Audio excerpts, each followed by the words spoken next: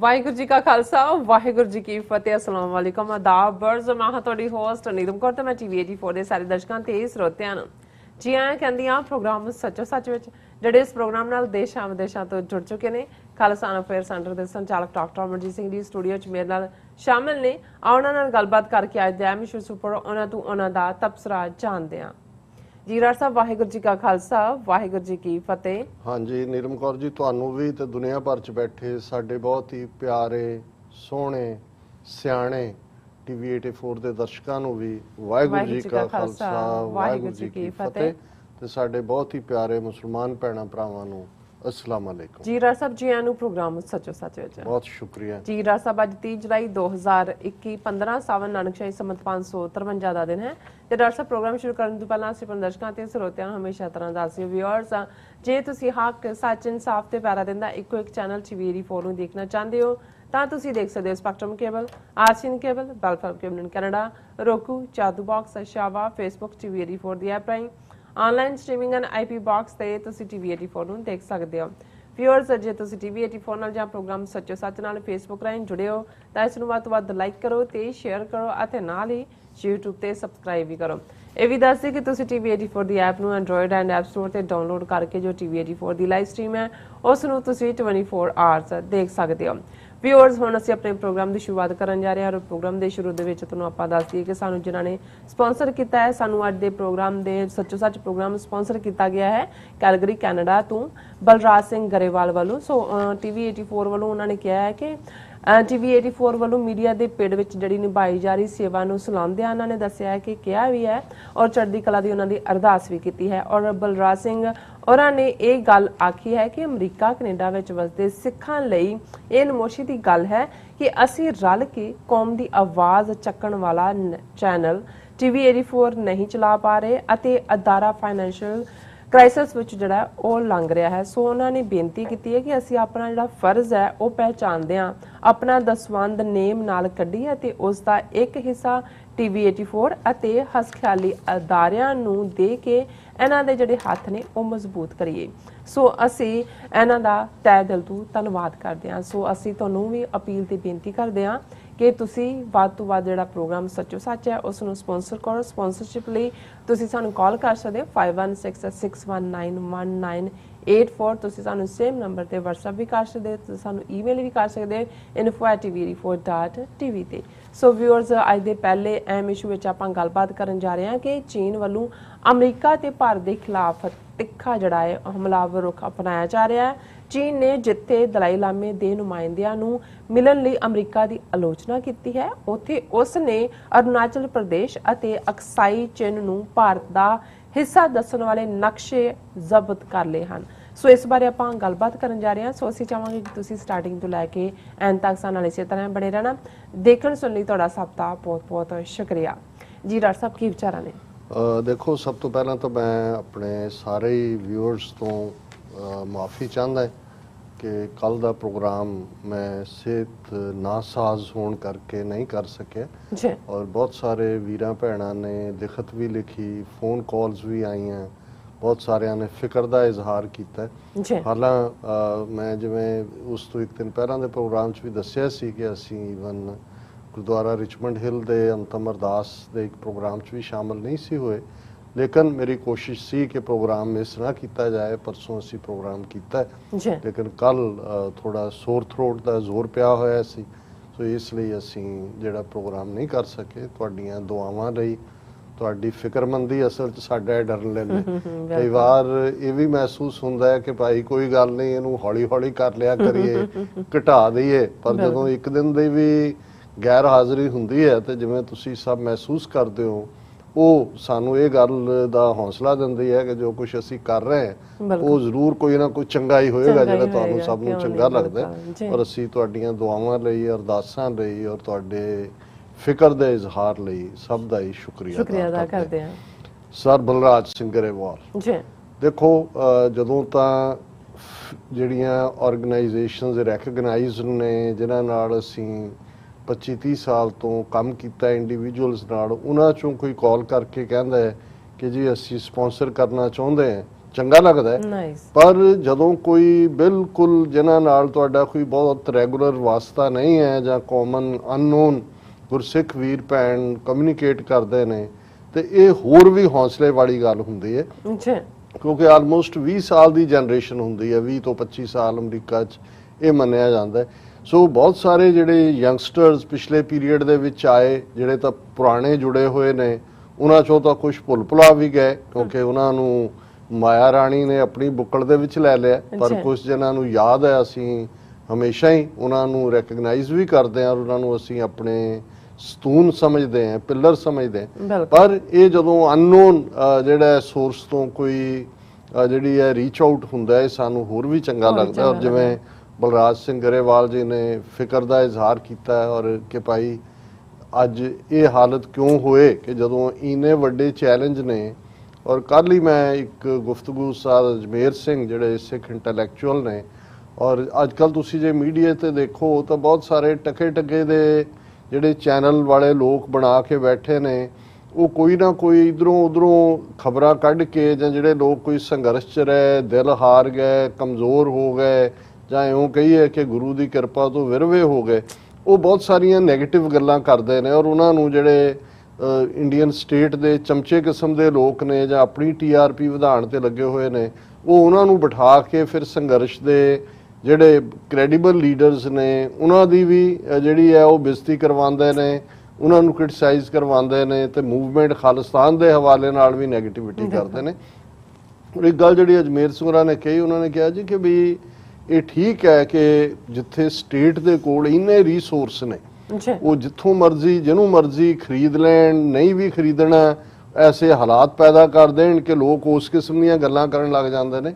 ਪਰ ਅੱਜ ਜੇ ਕਿਸੇ ਚੀਜ਼ ਦੀ ਸਭ ਤੋਂ ਜ਼ਿਆਦਾ ਇੰਪੋਰਟੈਂਸ ਹੈ ਤੇ ਉਹ ਇਲੈਕਟਰਲ ਮੀਡੀਆ, ਔਰ ਉਹਦੇ 'ਚ ਵੀ ਖਾਸ ਤੌਰ ਤੇ ਜਦੋਂ ਅਸੀਂ TV ਦੇ ਹਵਾਲੇ ਨਾਲ ਗੱਲ ਕਰਦੇ ਹਾਂ ਤੇ ਜਦੋਂ ਸਰ ਅਜਮੇਰ ਸਿੰਘ ਇਹ ਕਹਿ ਰਹੇ ਸੀ, ਮੈਨੂੰ ਲੱਗਿਆ ਕਿ ਭਾਈ ਅਸੀਂ ਪਿਛਲੇ ਲਗਭਗ 9 ਸਾਲ ਤੋਂ 12 ਦਸੰਬਰ ਜਿਹੜਾ 2012 ਤੋਂ ਲੈ ਕੇ ਜਿਹੜਾ ਅਸੀਂ ਇਸ ਦੀ ਸ਼ੁਰੂਆਤ ਕੀਤੀ ਔਰ ਸਾਨੂੰ ਇਸ ਗੱਲ ਦਾ ਮਾਣ ਹੈ ਕਿ ਬੇਸ਼ੱਕ ਸਾਡੇ ਕੋਲ ਸੀਮਤ ਸਾਧਨ ਨੇ, ਲੇਕਿਨ ਇਹਦੇ ਬਾਵਜੂਦ ਅਸੀਂ ਹਰ ਉਸ ਹਕੂਮਤੀ ਸਟੈਪ ਨੂੰ ਜਿਹੜਾ ਸਿੱਖ ਹਿੱਤਾਂ ਦੇ ਖਿਲਾਫ ਭੁਗਤਦਾ ਹੈ ਔਰ ਖਾਲਿਸਤਾਨ ਦੀ ਤਹਿਰੀਕ, ਖਾਲਿਸਤਾਨ ਦੇ ਯੋਧਿਆਂ ਨੂੰ ਰੈਕਗਨਾਈਜ਼ ਕਰਨਾ ਔਰ ਆਉਣ ਵਾਲੀ ਜਨਰੇਸ਼ਨ ਨੂੰ ਵੀ ਜਿਵੇਂ ਉਹ ਰਿਲੇ ਰੇਸ ਦੇ ਵਿੱਚ ਤੁਸੀਂ ਬੈਟਨ ਜਿਹੜਾ ਉਹ ਹੈਂਡਲ ਕਰਦੇ ਹੋ, ਸਾਡਾ ਉਹਨਾਂ ਕੀ ਰੋਲ ਰਹਿ ਗਿਆ। ਮੇਬੀ ਅਸੀਂ ਅੱਜ ਉਸ ਉਮਰ ਦੇ ਹਿੱਸੇ 'ਚ ਤਾਂ ਨਹੀਂ ਹੈ ਕਿ ਜਿੱਥੇ ਅਸੀਂ ਕੋਈ ਬਹੁਤ ਐਕਟਿਵ ਰੋਲ ਅਦਾ ਕਰ ਰਹੇ, ਪਰ ਅਸੀਂ ਘੱਟੋ ਘੱਟ ਜਿਹੜਾ ਵਿਰਸਾ ਹੈ, ਜਿਹੜੀ ਲੈਗੇਸੀ ਹੈ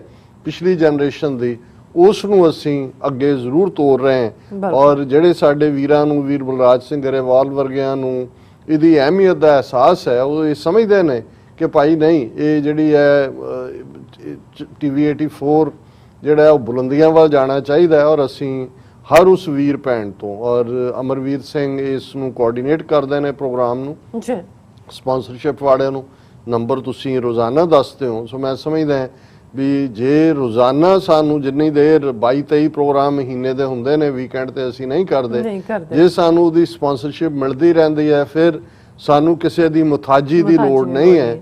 ਅਸੀਂ ਆਪਣੀ ਇੰਡੀਪੈਂਡੈਂਟ ਪਾਲਿਸੀ ਨੂੰ ਵੀ ਜਾਰੀ ਰੱਖਾਂਗੇ। ਜਿਸ ਅੰਦਾਜ਼ ਦੇ ਵਿੱਚ ਅਸੀਂ ਗੱਲ ਕਰਦੇ ਹਾਂ, ਫਿਰ ਕੰਪਰੋਮਾਈਜ਼ ਨਹੀਂ ਹੁੰਦਾ। ਤੁਸੀਂ ਧਨਾੜ ਜਾਂ ਦੂਜੇ ਤੀਜਿਆਂ ਦੇ ਨਾਲ ਜਿਹੜਾ ਕਰ ਸਕਦੇ ਹੋ, ਪਰ ਫਿਰ ਤੁਸੀਂ ਉਹਨਾਂ ਦੇ ਆਪਣੀ ਪਾਲਿਸੀ ਨਾਲ ਵੀ ਕੰਪਰੋਮਾਈਜ਼ ਕਰੋਗੇ ਔਰ ਫਿਰ ਉਹੀ ਗੱਲਾਂ ਜਿਹੜੀਆਂ ਉਹਨਾਂ ਨੂੰ ਚੰਗੀਆਂ ਲੱਗਦੀਆਂ ਨੇ ਉਹੀ ਕਹੋਗੇ। ਔਰ ਇਕੱਲਾ ਇਹ ਨਹੀਂ ਹੈ ਵੀ ਅਸੀਂ ਸਿਰਫ ਸੱਚੋ ਸੱਚ ਪ੍ਰੋਗਰਾਮ ਦੇ ਸਿਰ ਦੇ ਉੱਤੇ ਹੀ ਖੜੇ ਹਾਂ। ਇਸ ਵੇਲੇ ਜੇ ਅਸੀਂ ਇਹਨਾਂ 9 ਸਾਲਾਂ 'ਚ ਕਹੀਏ ਅਸੀਂ ਪ੍ਰੋਗਰੈਸ ਕੀਤੀ ਹੈ। ਫਤਿਹਗੜ੍ਹ ਸਾਹਿਬ ਦੀ ਇਤਿਹਾਸਕ ਧਰਤੀ ਤੋਂ ਰੋਜ਼ਾਨਾ ਸਵੇਰੇ ਆਸਾ ਦੀ ਵਾਰ, ਸ਼ਾਮ ਦਾ ਕੀਰਤਨ ਕਥਾ, ਉਸ ਦਾ ਪ੍ਰੋਗਰਾਮ ਹੁੰਦਾ ਹੈ ਔਰ ਸੁਖਵਿੰਦਰ ਸਿੰਘ ਹੋਰਾਂ ਦੀ ਅਗਵਾਈ ਥੱਲੇ ਇੱਕ ਪੂਰੀ ਟੀਮ ਹੈ, 6-7 ਸਾਡੇ TV 84 ਦੇ ਜਿਹੜੇ ਨੇ ਐਕਟਿਵਿਸਟ ਹੀ ਨੇ ਜਿਹੜੇ ਕਿ ਔਨ ਦਾ ਗਰਾਊਂਡ ਕੰਮ ਕਰਦੇ ਨੇ, ਕੈਮਰਾਮੈਨ, ਸਕ੍ਰਿਪਟ ਰਾਈਟਰ ਔਰ ਬਾਕੀ ਹੈਂਡਲ ਕਰਨ ਵਾਲੇ। ਉਹਨਾਂ ਦੇ ਇੰਟਰਵਿਊ ਵੀ ਤੁਸੀਂ ਦੇਖਦੇ ਹੋ ਲਗਾਤਾਰਤਾ ਨਾਲ, ਨਵਾਂ ਇੰਟਰਵਿਊ ਜਿਹੜਾ ਹਰ ਇੱਕ ਦੇ ਨਾਲ ਇਨ ਹਾਊਸ ਇੰਟਰਵਿਊ ਹੁੰਦੇ ਨੇ, ਕਿਉਂਕਿ ਅੱਗੇ ਅਸੀਂ ਟੈਲੀਫੋਨਿਕ ਗੁਫ਼ਤਗੂ ਰਾਹੀਂ ਕਰਦੇ ਸੀ। ਇਸੇ ਤਰੀਕੇ ਨਾਲ ਦਿੱਲੀ ਦੇ ਵਿੱਚ ਵੀਰ ਜਸਵਿੰਦਰ ਸਿੰਘ, ਜਿਨ੍ਹਾਂ ਦਾ ਆਲਮੋਸਟ 18-20 ਸਾਲ ਦਾ ਤਜਰਬਾ ਹੈ ਇਸ ਮੀਡੀਆ ਦੇ ਫੀਲਡ 'ਚ, ਅੱਡ-ਅੱਡ ਚੈਨਲਸ ਨਾਲ ਉਹਨਾਂ ਨੇ ਕੰਮ ਕੀਤਾ ਹੈ, ਉਹ ਵੀ ਬੜੇ ਡੇਅਰਿੰਗ ਨੇ ਹਰ ਪੱਖ ਤੋਂ। ਔਰ ਅਸੀਂ ਦੇਖਿਆ ਕਿ ਗਾਜ਼ੀਆਬਾਦ ਜਦੋਂ ਆਕਸੀਜਨ ਲੰਗਰ ਗੁਰਦੁਆਰੇ ਦੇ ਵਿੱਚ ਲਾਇਆ ਗਿਆ, ਸੋ ਉਹ ਪਹਿਲਾ ਇੰਟਰਵਿਊ ਸੀ ਜਿਹਨੂੰ ਫਿਰ ਬਹੁਤ ਸਾਰੇ ਚੈਨਲਸ ਨੇ ਔਰ ਦੂਸਰੇ ਮੀਡੀਆ ਆਊਟਲੈਟਸ ਨੇ ਜਿਹੜਾ ਉਹ TV 84 ਨੂੰ ਡਿਊ ਕ੍ਰੈਡਿਟ ਦੇ ਕੇ ਜਿਹੜਾ ਉਹ ਉਹਨਾਂ ਨੇ ਕੀਤਾ ਰਿਲੇ। ਉਹਨਾਂ ਨੇ ਪਿਛਲੇ ਦਿਨਾਂ 'ਚ ਗੁਰਨਾਮ ਸਿੰਘ ਚੜੂਨੀ, ਕਿਉਂਕਿ ਕਿਸਾਨ ਲਹਿਰ ਦੇ ਹਵਾਲੇ ਨਾਲ ਵੀ ਅਸੀਂ ਦੇਖ ਰਹੇ ਹਾਂ ਕਿ ਡਿਵੈਲਪਮੈਂਟਸ ਹੋ ਰਹੀਆਂ, ਉਹਨਾਂ ਦੀ ਕਿਸਾਨ ਸੰਸਦ ਤੋਂ ਬਾਅਦ ਮੀਡੀਆ 'ਚ ਥੋੜਾ ਬਹੁਤ ਐਕਸਪੋਜ਼ਰ ਹੋਇਆ, ਪਰ ਇਸ ਵੇਲੇ ਸਾਡੇ ਕੋਲੋਂ ਨੈਟਵਰਕ ਨੇ ਜਿਨ੍ਹਾਂ ਰਾਹੀਂ ਅਸੀਂ ਹੋਰ ਵੀ ਅੱਗੇ ਵਧ ਰਹੇ ਹਾਂ। ਔਰ ਇਹ ਤਾਂ ਹੀ ਪੋਸੀਬਲ ਹੋਇਆ ਹੈ ਜਾਂ ਹੋ ਸਕੇਗਾ ਆਉਣ ਵਾਲੇ ਪੀਰੀਅਡ ਜਿਹਨੂੰ ਅਸੀਂ ਹੋਰ ਐਕਸਪੈਂਡ ਕਰਨਾ ਚਾਹੁੰਦੇ ਹਾਂ ਜੇ ਤੁਹਾਡੀ ਸਾਨੂੰ ਫਾਈਨੈਂਸ਼ੀਅਲ ਸਪੋਰਟ ਹੋਏਗੀ। ਸੋ ਵੀਰ ਬਲਰਾਜ ਸਿੰਘ ਗਰੇਵਾਲ ਜੀ ਦਾ ਬਹੁਤ ਬਹੁਤ ਸ਼ੁਕਰੀਆ।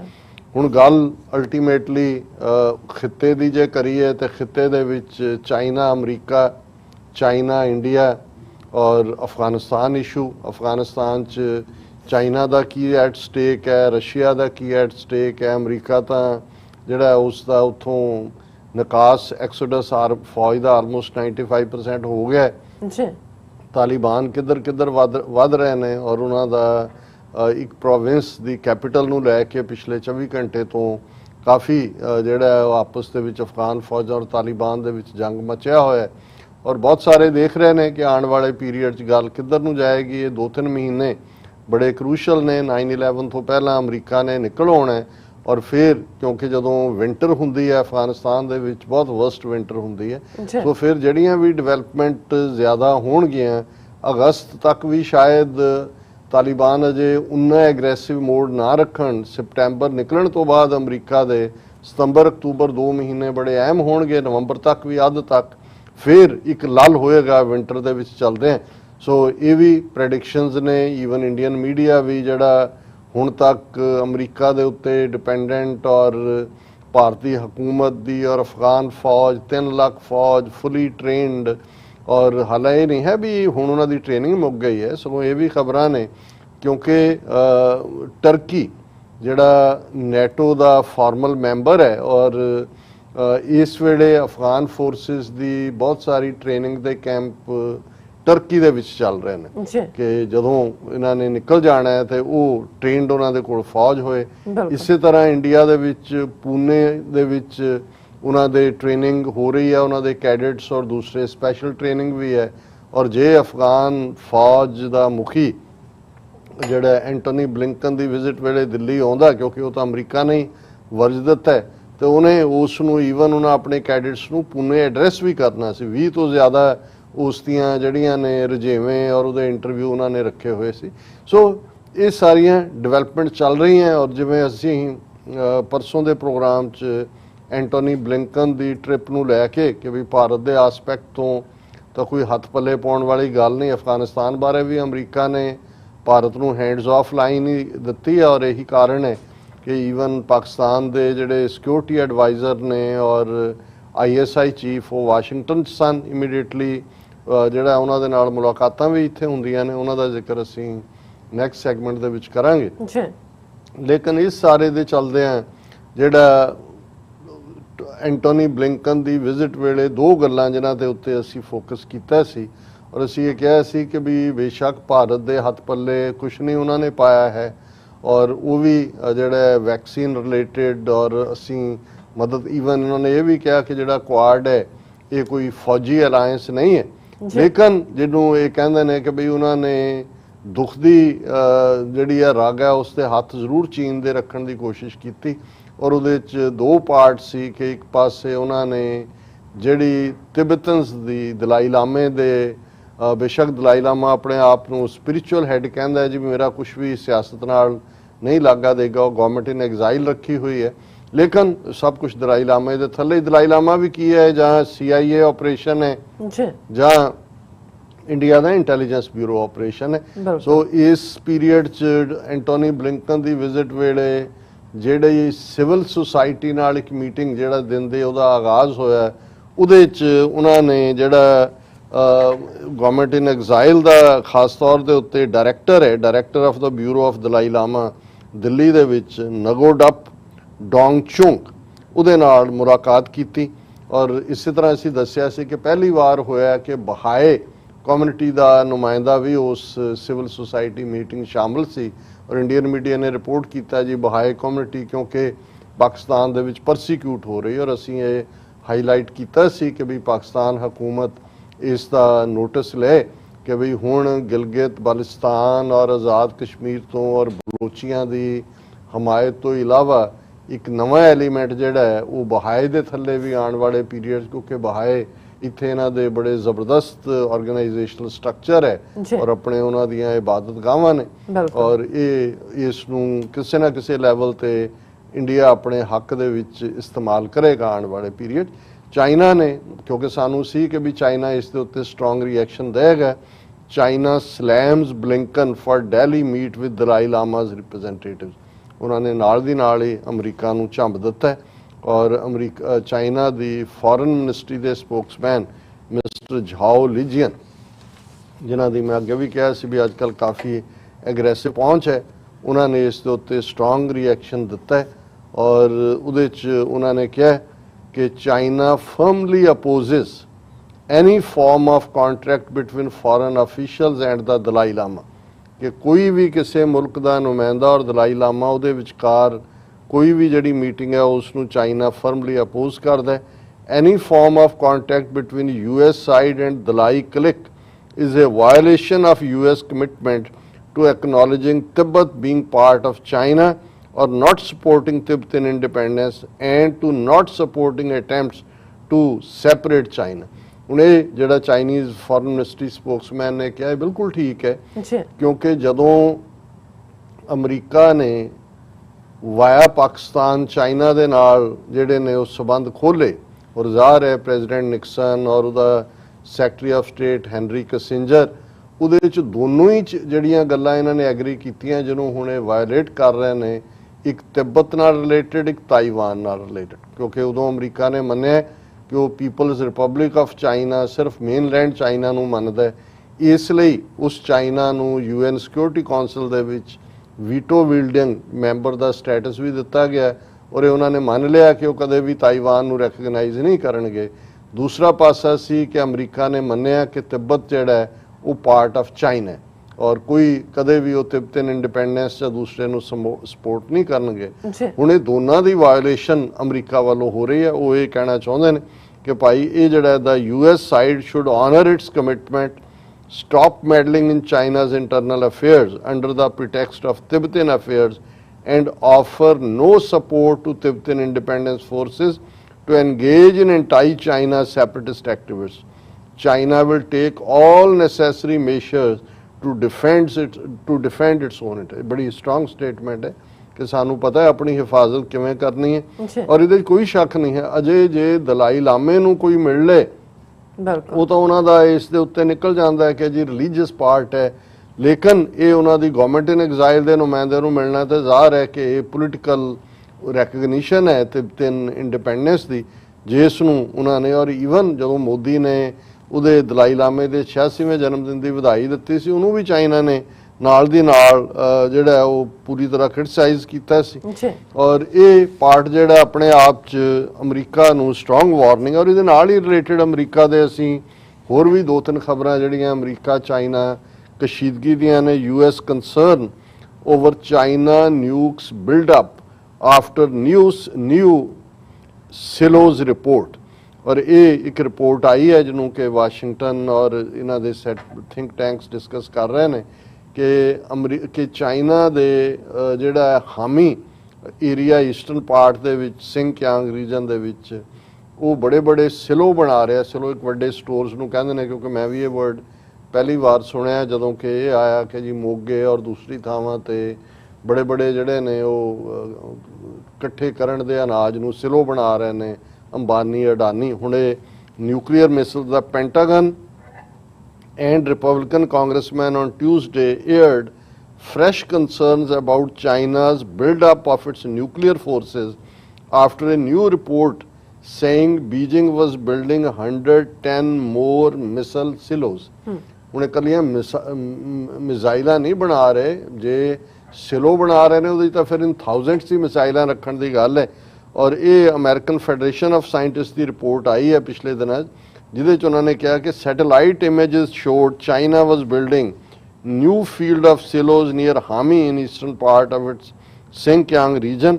ਔਰ ਇਹ ਜਿਹੜਾ ਉਹਨਾਂ ਨੇ ਕਿਹਾ ਕਿ ਵੀ report came weeks after another on the construction of about 120 missile silos in Yuman, a desert area about 380 kilometre to the southeast। उन्होंने कहा भी इस तो पहला कुछ दिन पहला एक रिपोर्ट आई सी कि ਉਹਦੇ ਚ ਉਹਨਾਂ ਨੇ ਯੂਮਨ ਦੇ ਵਿੱਚ ਵੀ 120 ਮਿਸਲ ਜਿਹੜੀਆਂ ਨੇ ਸਟੋਰ ਕਰਨ ਵਾਲੇ ਸਿਲੋ ਬਣਾਏ ਨੇ। ਔਰ ਇਹ ਨਿਊਯਾਰਕ ਟਾਈਮਜ਼ ਨੇ ਰਿਪੋਰਟ ਕੀਤਾ ਇਹਨੂੰ ਫੁੱਲੀ ਕਿ this is the second time in 2 months the public has discovered that we have been saying all along about the growing threat the world faces and the veil of secrecy that surrounds it। ਜ਼ਾਹਰ ਹੈ China ਹੋਏ Russia ਹੋਏ veil of secrecy ਹੈ।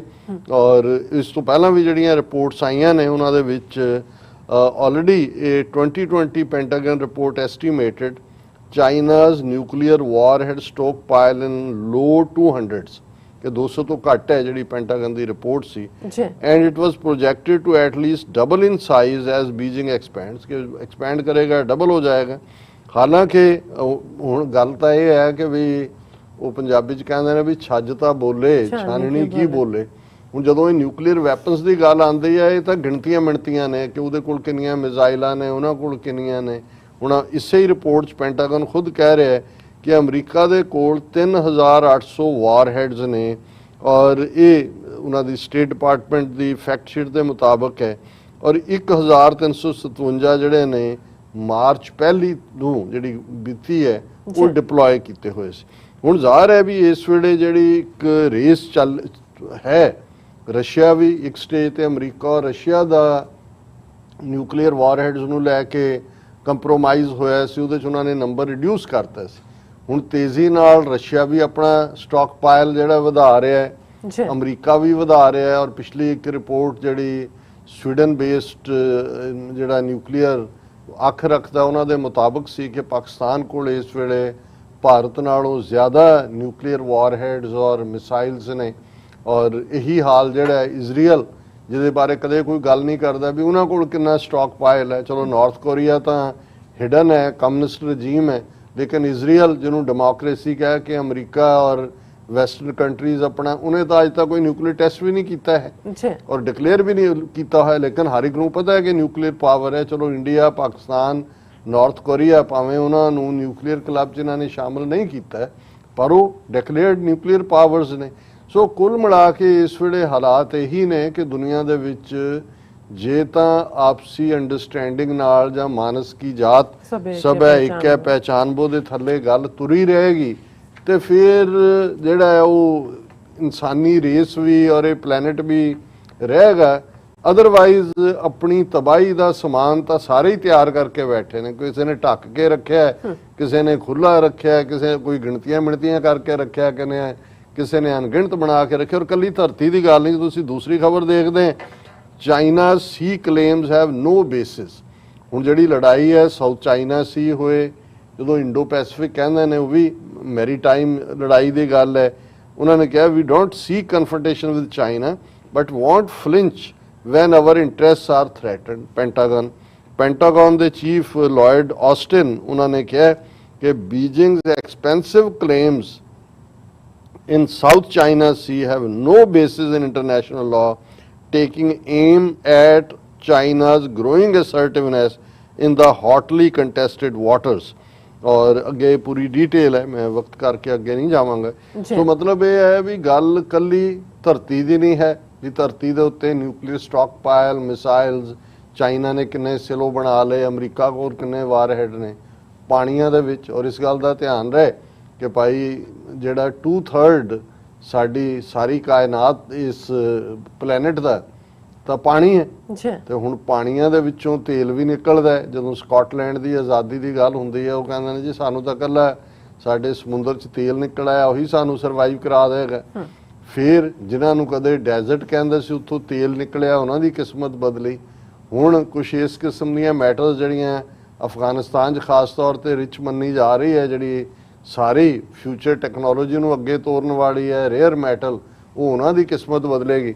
ਸੋ ਗੱਲ ultimately ਜੇ ਤੁਸੀਂ ਕੁੱਲ ਮਿਲਾ ਕੇ ਦੇਖੋ ਵੀ ਲੜਾਈ ਤਾਂ ਫਿਰ ਗਰੀਡ ਦੇ ਉੱਤੇ ਹੀ ਆ ਕੇ ਮੁੱਕਦੀ ਹੈ। ਅਦਰਵਾਈਜ਼ ਕੁਦਰਤ ਨੇ, ਕਰਤੇ ਨੇ, ਕ੍ਰੀਏਟਰ ਨੇ ਇਸ ਧਰਤੀ ਦੇ ਉੱਤੇ ਇੰਨਾ ਕੁਛ ਪਾ ਦਿੱਤਾ ਹੈ, ਜੋ ਕੁਛ ਪਾਇਆ ਸੋ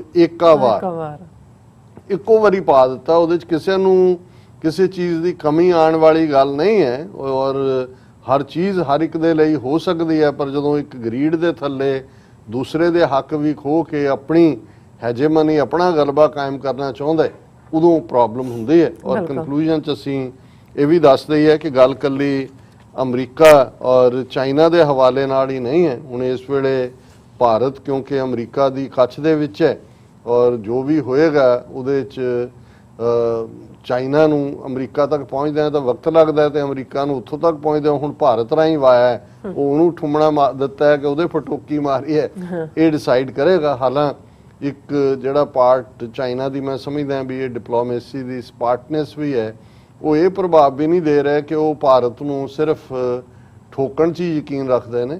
ਗੱਲਬਾਤ ਦਾ ਵੀ, ਔਰ ਅੱਜ ਜਦੋਂ ਅਸੀਂ ਗੱਲ ਕਰ ਰਹੇ ਹਾਂ ਉਸ ਖਿੱਤੇ ਦੇ ਵਿੱਚ ਸੈਚਰਡੇ ਮਾਰਨਿੰਗ ਹੈ ਔਰ ਅੱਜ ਜਿਹੜਾ 12ਵਾਂ ਰਾਊਂਡ ਗੱਲਬਾਤ ਦਾ ਕਾਰਪਸ ਕਮਾਂਡਰ ਲੈਵਲ ਟਾਕਸ ਇਹ ਉੱਥੇ ਸ਼ੁਰੂ ਹੋ ਰਹੀਆਂ ਹੋਣਗੀਆਂ।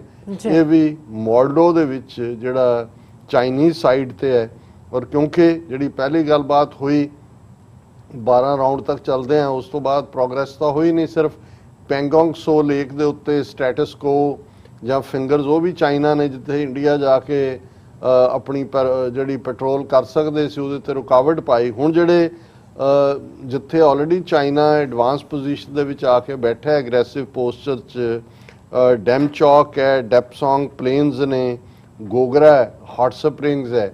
ਹੁਣ ਜਿਹੜੀ ਅੱਜ ਗੱਲਬਾਤ ਦਾ ਦੌਰ ਚੱਲੇਗਾ ਉਹ ਇਸ ਮਾਮਲੇ 'ਚ ਹੈ ਕਿ ਕਿਵੇਂ ਜਿਹੜਾ ਇਸ ਟੈਨਸ਼ਨ ਨੂੰ ਘਟਾਇਆ ਜਾਏ ਔਰ ਜੇ ਇਹ ਕੋਈ ਥੋੜਾ ਬਹੁਤ ਫਰੂਟਫੁਲ ਹੁੰਦਾ ਹੈ ਫਿਰ ਉਸ ਤੋਂ ਅਗਲੀ ਜਿਹੜੀ ਗੱਲਬਾਤ ਹੋਏਗੀ ਉਹ ਮੇਜਰ ਜਨਰਲ ਲੈਵਲ ਗੱਲਬਾਤ ਹੋਏਗੀ। ਸੋ ਇਹ ਵੀ ਇੱਕ ਪੋਜ਼ਿਟਿਵ ਗੱਲ ਵੀ ਹੈ ਔਰ ਇਹ ਚਾਈਨਾ ਦਾ ਇਹ ਸਮਾਰਟਨੈਸ ਵੀ ਹੈ ਕਿ ਵੀ ਜੇ ਇੱਕ ਪਾਸੇ ਐਂਟੋਨੀ ਬਲਿੰਕਨ ਦਿੱਲੀ 'ਚ ਆ ਕੇ ਦਲਾਈ ਲਾਮੇ ਦੇ ਨੁਮਾਇੰਦੇ ਨਾਲ, ਬਹਾਏ ਕਮਿਊਨਿਟੀ ਨਾਲ ਮਿਲ ਕੇ ਇਹ ਦੱਸਣ ਦੀ ਕੋਸ਼ਿਸ਼ ਕਰ ਰਹੇ ਹੁਣ ਬਹਾਏ ਦਾ ਮਕਸਦ ਤਾਂ ਪਾਕਿਸਤਾਨ ਨੂੰ ਰੈਟਲ ਕਰਨਾ ਹੈ ਔਰ ਦਲਾਈ ਲਾਮੇ ਦੀ ਗਵਰਨਮੈਂਟ ਇਨ ਐਗਜ਼ਾਈਲ ਦੇ ਉਸ ਡਾਇਰੈਕਟਰ ਨੂੰ ਮਿਲਣਾ ਉਹ ਚਾਈਨਾ ਨੂੰ ਰੈਟਲ ਕਰਨਾ ਹੈ। ਪਰ ਚਾਈਨਾ ਭਾਰਤ ਇੱਕ ਪਾਸੇ ਅੱਜ ਗੱਲਬਾਤ ਹੋ ਰਹੀ ਹੈ, ਪਰ ਦੂਸਰੀ ਖਬਰ ਜਿਹੜੀ ਅੱਜ ਮੇਨ ਮੀਡੀਆ 'ਚ ਹੈ, China furious for showing Aksai Chin and Arunachal Pradesh as India confiscated the maps. ਹੁਣ ਇਹ ਖਬਰ ਜਿਹੜੀ ਹੈ ਉਹ ਸ਼ੰਘਾਈ ਪੋਰਟ ਦੇ ਨਾਲ ਸ਼ੰਘਾਈ ਪੁਡੋਂਗ 에ਅਰਪੋਰਟ ਦੇ ਉੱਤੇ ਐਕਸਪੋਰਟ ਦੀ ਕੋਈ ਚੀਜ਼ ਜਾ ਰਹੀ ਸੀ, ਉਹਦੇ ਤੇ ਲੇਬਲ ਲੱਗਾ ਹੋਇਆ ਸੀ ਬੈੱਡ ਸ਼ੀਟਸ ਔਰ ਉਹਦੇ 'ਚ 300 ਨਕਸ਼ੇ ਐਸੇ ਜਿਹੜੇ ਸੀ ਉਹ ਜਾ ਰਹੇ ਸੀ ਜਿਨ੍ਹਾਂ ਦੇ ਵਿੱਚ ਅਕਸਾਈ ਚਿਨ ਜਿਹੜਾ ਚੀਨ ਦੇ ਕੋਲ ਹੈ ਔਰ ਅਰੁਣਾਚਲ ਪ੍ਰਦੇਸ਼ ਜਿਹੜਾ ਭਾਰਤ ਦੇ ਕੋਲ ਹੈ, ਇਹ ਭਾਰਤ ਦੇ ਨਕਸ਼ੇ 'ਚ ਦਿਖਾਏ ਗਏ ਸੀ। ਹੁਣ ਚਾਈਨਾ ਨੇ ਇਸ ਦੇ ਉੱਤੇ ਇੰਨਾ ਸਖਤ ਜਿਹੜਾ ਰੋਸ ਵੀ ਕੀਤਾ, ਉਹਨਾਂ ਨੂੰ ਤਾਂ ਫੌਰਨ ਉਹਨਾਂ ਨੇ ਜਿਹੜਾ ਜ਼ਬਤ ਕਰ ਲਿਆ, ਕਨਫਿਸਕੇਟ ਕਰ ਲਿਆ ਕਿਉਂਕਿ ਇਸ ਗੱਲ ਦਾ ਧਿਆਨ ਰਹੇ ਕਿ ਚਾਈਨਾ ਨੇ 2019 ਦੇ ਵਿੱਚ ਇੱਕ ਕਾਨੂੰਨ ਪਾਸ ਕੀਤਾ ਸੀ where they made it mandatory for all maps printed and sold in the country and exported according to official format of the Chinese map. ਉਹਨਾਂ ਨੇ ਕਿਹਾ ਜੋ ਚਾਈਨਾ ਮੈਪ 'ਚ ਸ਼ੋ ਕਰਦਾ ਉਹੀ ਇੱਥੇ ਪ੍ਰਿੰਟ ਹੋਣਗੇ, ਉਹੀ ਐਕਸਪੋਰਟ ਹੋਣਗੇ ਔਰ ਚਾਈਨਾ ਦਾ ਜਿਹੜਾ ਮੈਪ ਹੁੰਦਾ ਉਹਦੇ 'ਚ ਅਰੁਣਾਚਲ ਪ੍ਰਦੇਸ਼ ਵੀ ਜਿਹਨੂੰ ਉਹ ਸਾਊਥ ਤਿੱਬਤ ਕਹਿੰਦੇ ਨੇ, ਤਾਈਵਾਨ ਵੀ ਤੇ ਸਾਊਥ ਚਾਈਨਾ ਸੀ ਵੀ ਜਿਹੜਾ ਉਹਨਾਂ ਦੇ ਨਕਸ਼ੇ ਦਾ ਹਿੱਸਾ ਦਿਖਾਇਆ ਜਾਂਦਾ ਔਰ ਇਸੇ ਤਰ੍ਹਾਂ 2019 'ਚ ਵੀ ਉਹਨਾਂ ਨੇ ਗੂਗਲ ਦੇ 30,000 ਨਕਸ਼ੇ ਜਿਹੜੇ ਨੇ ਉਹ ਡਿਸਟਰੋਏ ਕਰ ਦਿੱਤੇ ਸੀ, ਉਹਨਾਂ ਨੂੰ ਕਨਫਿਸਕੇਟ ਕਰਕੇ ਕਿ ਵੀ ਇਹ ਸਾਨੂੰ ਐਕਸੈਪਟੇਬਲ ਨਹੀਂ ਹੈ। ਸੋ ਇਹ ਵੀ ਹਾਲਾਂਕਿ 300 ਨਕਸ਼ੇ ਕੋਈ ਵੱਡੀ ਗੱਲ ਨਹੀਂ, ਇਹ ਕੋਈ ਖਬਰ ਵੀ ਇੰਨੀ ਨਹੀਂ, ਕਸਟਮ ਵਾਲੇ ਕਈ ਕੁਛ ਹੀ ਜਿਹੜੇ ਨੇ ਪਰ ਇਸ ਨੂੰ ਚਾਈਨੀਜ਼ ਮੀਡੀਆ ਨੇ ਜਿਸ ਅੰਦਾਜ਼ ਦੇ ਵਿੱਚ ਹਾਈਲਾਈਟ ਕੀਤਾ ਔਰ ਇੰਡੀਅਨ ਮੀਡੀਆ ਨੇ ਵੀ, Hindustan Times, Times of India ਔਰ ਈਵਨ ਉੱਥੋਂ ਮਿਡਲ ਹਯਾਤ ਨਿਊਜ਼, ਇਹਨਾਂ ਸਾਰਿਆਂ ਨੇ ਉਹਨੂੰ ਕਵਰ ਕੀਤਾ। ਸੋ ਇਹ ਮੈਸੇਜ ਵੀ ਚਾਈਨਾ ਨੇ ਦਿੱਤਾ ਹੈ ਕਿ ਵੀ ਇਹ ਜਿਹੜਾ ਤੁਹਾਡਾ ਅਰੁਣਾਚਲ ਪ੍ਰਦੇਸ਼ ਹੈ ਇਹ ਸਾਡਾ ਹੈ ਔਰ ਅਲਟੀਮੇਟਲੀ ਅਸੀਂ ਇਹ ਲੈਣਾ ਹੈ। ਅਕਸਾਈ ਚਿੰਨ ਤਾਂ ਆਲਰੇਡੀ ਉਹਨਾਂ ਦੇ ਕੋਲ ਹੈ। ਸੋ ਇਹ ਮੈਂ ਸਮਝਦਾ ਹਾਂ ਵੀ ਜਿਹਨੂੰ ਤੁਸੀਂ ਕਹਿੰਦੇ ਹੋ ਵੀ ਇੱਕੋ ਵੇਲੇ ਉਹ ਭਾਰਤ ਨੂੰ ਇਹ ਵੀ ਦੱਸ ਰਹੇ ਨੇ ਕਿ ਭਾਈ ਡਿਪਲੋਮੇਸੀ ਕੀ ਹੁੰਦੀ ਹੈ, 12th ਰਾਊਂਡ ਗੱਲਬਾਤ ਦਾ, ਪਰ ਨਾਲ ਦੀ ਨਾਲ ਆਪਣਾ ਮਸਲ ਵੀ ਫਲੈਕਸ ਕਰਕੇ ਦੱਸ ਰਹੇ ਨੇ ਕਿ ਭਾਈ ਤੁਸੀਂ ਜਿੰਨਾ ਮਰਜ਼ੀ ਅਮਰੀਕਾ ਦੀ ਕੱਚ 'ਚ ਡੂੰਘੇ ਤੋਂ ਡੂੰਘਾ ਵੜੋ, ਅਲਟੀਮੇਟਲੀ ਅਸੀਂ ਪੂੰਛ ਤੋਂ ਖਿੱਚ ਕੇ ਜਦੋਂ ਮਰਜ਼ੀ ਲਿਆ ਕੇ ਬਾਹਰ ਕੱਢ ਕੇ ਜਿਹੜਾ ਉਹ ਤੁਹਾਡਾ ਕੰਮ ਕਰ ਦੇਣੇ। ਸੋ ਇਹ ਜਿਹੜੀ ਹੈ ਗਰਾਊਂਡ ਦੀ ਰਿਐਲਿਟੀ ਹੈ ਔਰ ਹਕੀਕਤ ਹੈ ਜੋ ਗਰਾਊਂਡ ਦੇ ਉੱਤੇ ਹੈ। ਜੀ ਡਾਕਟਰ ਸਾਹਿਬ, ਤੁਹਾਡਾ ਬਹੁਤ ਬਹੁਤ ਸ਼ੁਕਰੀਆ, ਤੁਸੀਂ ਆਪਣਾ ਐਨਾਲਿਸਿਸ ਸਾਡੇ ਦਰਸ਼ਕਾਂ ਨਾਲ ਸ਼ੇਅਰ ਕੀਤਾ ਹੈ। ਸੋ ਆਸ ਕਰਦੇ ਹਾਂ ਕਿ ਸਾਡੇ ਦਰਸ਼ਕਾਂ ਨੂੰ ਪਹਿਲਾ ਸੈਗਮੈਂਟ ਪਸੰਦ ਆਇਆ ਹੋਵੇਗਾ। ਸੋ ਇੱਥੇ ਲੈਣੇ ਬ੍ਰੇਕ ਤੋਂ ਪਹਿਲਾਂ ਅਸੀਂ ਆਪਣੇ ਦਰਸ਼ਕਾਂ ਤੇ ਸਰੋਤਿਆਂ ਨੂੰ ਅਪੀਲ ਤੇ ਬੇਨਤੀ ਕਰਦੇ ਵਿਊਅਰਸ ਆ, ਜਿਸ ਤਰ੍ਹਾਂ ਕਿ ਤੁਸੀਂ ਜਾਣਦੇ ਹੋ ਕਿ TV 84 ਹੱਕ ਸੱਚ ਇਨਸਾਫ ਦੀ ਜਿਹੜੀ ਆਵਾਜ਼ ਹੈ ਉਹ ਬੁਲੰਦ ਕਰ ਰਿਹਾ। ਇਹ ਆਵਾਜ਼ ਤੁਹਾਡੇ ਵਿਸ਼ਵਾਸ ਸਦਕਾ, ਤੁਹਾਡੇ ਪਿਆਰ ਸਦਕਾ, ਤੁਹਾਡੀ ਡੋਨੇਸ਼ਨ ਸਦਕਾ ਹੀ ਹੋ ਰਹੀ ਹੈ। ਸੋ ਅਸੀਂ ਚਾਹਾਂਗੇ ਕਿ ਤੁਸੀਂ ਵੱਧ ਤੋਂ ਵੱਧ TV 84 ਦੀ ਮਾਈਕ ਸਹਾਇਤਾ ਕਰੋ। ਤੁਸੀਂ ਆਪਣੀ ਮਾਈਕ ਸਹਾਇਤਾ ਸਾਡੀ ਵੈਬਸਾਈਟ tv84.tv ਤੇ ਜਾ ਕੇ ਪੇਪਲ ਦੀ ਵਰਤੋਂ ਕਰਕੇ ਵਨ ਟਾਈਮ ਡੋਨੇਟ ਕਰ ਸਕਦੇ ਹੋ, ਮੰਥਲੀ ਡੋਨੇਟ ਵੀ ਕਰ ਸਕਦੇ ਹੋ। ਤੁਸੀਂ TV 84 ਦੇ ਨਾਮ ਤੇ ਚੈੱਕ ਬਣਾ ਕੇ ਸਾਨੂੰ ਮੇਲ ਵੀ ਕਰ ਸਕਦੇ ਹੋ ਸਾਡੇ ਇਸ ਪਤੇ ਤੇ 36-01 37th Avenue, Long Island City, New York 11101 USA, ਜਾਂ ਫਿਰ ਤੁਸੀਂ ਸਾਨੂੰ ਫੋਨ ਰਾਹੀਂ ਵੀ ਸੰਪਰਕ ਕਰ ਸਕਦੇ ਸਾਡੇ ਫੋਨ ਨੰਬਰ ਤੇ 5166191984। ਤੁਸੀਂ ਸਾਨੂੰ ਈਮੇਲ ਵੀ ਕਰ ਸਕਦੇ info@tv84.tv ਤੇ। ਅਸੀਂ ਤੁਹਾਡੇ ਤਹਿ ਦਿਲ ਤੋਂ ਸ਼ੁਕਰਗੁਜ਼ਾਰ ਹੋਵਾਂਗੇ। ਸੋ ਇੱਥੇ ਲੈਣੇ ਬ੍ਰੇਕ ਵਿਊਅਰਸ, ਤੋਂ ਸਾਨੂੰ ਇਸੇ ਤਰ੍ਹਾਂ ਹੀ ਬਣੇ ਰਹਿਣਾ। ਮਿਲਦੇ ਹਾਂ ਆਫਟਰ ਦਿਸ ਸ਼ਾਰਟ ਬ੍ਰੇਕ।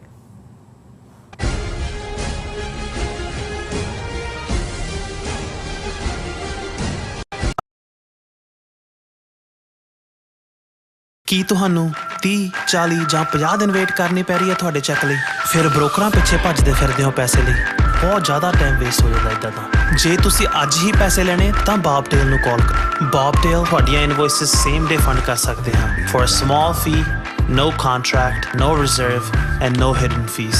ਅੱਜ ਹੀ ਕਾਲ ਕਰੋ ਬੌਬਟੇਲ ਨੂੰ ਤੇ ਤੁਹਾਡਾ ਪਹਿਲਾ ਮਹੀਨਾ free. 410-204-2084 again 410-204-2084। Signature truck service route 81 ਉੱਤੇ ਐਗਜ਼ਿਟ 235 ਤੇ ਟਰੱਕਰ ਵੀਰਾਂ ਲਈ 24 ਘੰਟੇ ਰੋਡ ਸਰਵਿਸ ਦੀ ਸੁਵਿਧਾ ਮੌਜੂਦ। Heavy duty repair, oil change, ਪੁਰਾਣੇ ਅਤੇ ਨਵੇਂ tyre, computer diagnostic, DPF cleaning, brake service ਜਾਂ ਰਸਤੇ ਵਿੱਚ ਆਈ ਹਰ ਤਰ੍ਹਾਂ ਦੀ ਰਿਪੇਅਰ ਪ੍ਰੋਫੈਸ਼ਨਲ ਟੀਮ ਵੱਲੋਂ ਕੀਤੀ ਜਾਂਦੀ ਹੈ। ਬ੍ਰੇਕਫਾਸਟ, ਲੰਚ ਅਤੇ ਡਿਨਰ ਲਈ ਪੰਜਾਬੀ ਢਾਬੇ ਦਾ ਆਨੰਦ ਵੀ ਮਾਣੋ। ਡਰਾਈਵਰ ਅਤੇ ਟਰੱਕ ਆਪਰੇਟਰ ਵੀਰ ਡਿਸਪੈਚ ਦੀ ਸਰਵਿਸ ਲਈ ਸਾਡੇ ਨਾਲ ਸੰਪਰਕ ਕਰਨ। Signature truck service 58 triangle drive, Weyers Cave, Virginia 2448। Waheguru ji ਕਾ ਖਾਲਸਾ, ਵਾਹਿਗੁਰੂ ਜੀ ਕੀ ਫਤਿਹ। ਮੇਰੇ ਸਾਰੇ ਸੰਸਾਰ ਭਰ ਦੇ ਪੰਜਾਬੀਆਂ ਤੇ ਸਿੱਖ ਭਾਈਚਾਰੇ ਨੂੰ ਬੇਨਤੀ ਹੈ, ਤੁਸੀਂ ਜਲਦੀ ਅੱਜ ਹੀ ਆਪਣੇ ਪੰਜਾਬ ਦੇ ਲਈ the non-governmental Punjab Independence Referendum ਦੀਆਂ ਵੋਟਾਂ ਰਜਿਸਟਰ ਕਰਵਾਓ। 15 ਅਗਸਤ 2021 15 ਅਗਸਤ 2021 ਨੂੰ ਇਹ ਵੋਟਾਂ ਇੰਗਲੈਂਡ ਤੋਂ ਸਟਾਰਟ ਹੋਣਗੀਆਂ। ਪਹਿਲੀ ਪੋਲਿੰਗ ਸੈਂਟਰ, ਪਹਿਲੀ ਵੋਟ ਇੰਗਲੈਂਡ ਤੋਂ ਹੋਗੀ। ਜਲਦੀ ਵੋਟਾਂ ਰਜਿਸਟਰ ਕਰਵਾਓ।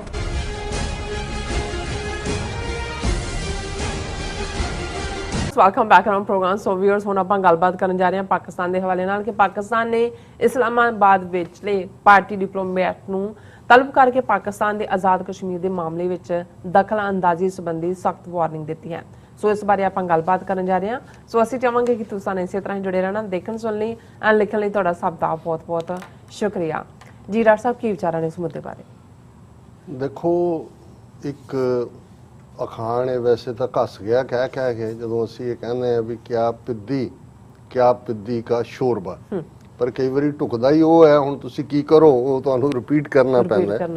ਅਸੀਂ ਪਹਿਲੇ ਸੈਗਮੈਂਟ 'ਚ ਗੱਲ ਕਰਕੇ ਹਟੇ ਹਾਂ ਕਿ ਚਾਈਨਾ ਨੇ ਤੇ ਅਮਰੀਕਾ ਦੇ ਨਾਲ ਬਰਾਬਰ ਦਾ ਆਡਾ ਲਾਇਆ ਹੋਇਆ ਔਰ ਕਿਸੇ ਪੱਖੋਂ ਵੀ ਉਹਨਾਂ ਨੇ ਕੋਈ ਝਵਨ ਵਾਲੀ ਗੱਲ ਨਹੀਂ ਰੱਖੀ ਹੋਈ, ਕੋਈ ਬੈਂਡ ਕਰਨ ਵਾਲੀ ਗੱਲ ਨਹੀਂ ਰੱਖੀ ਹੋਈ।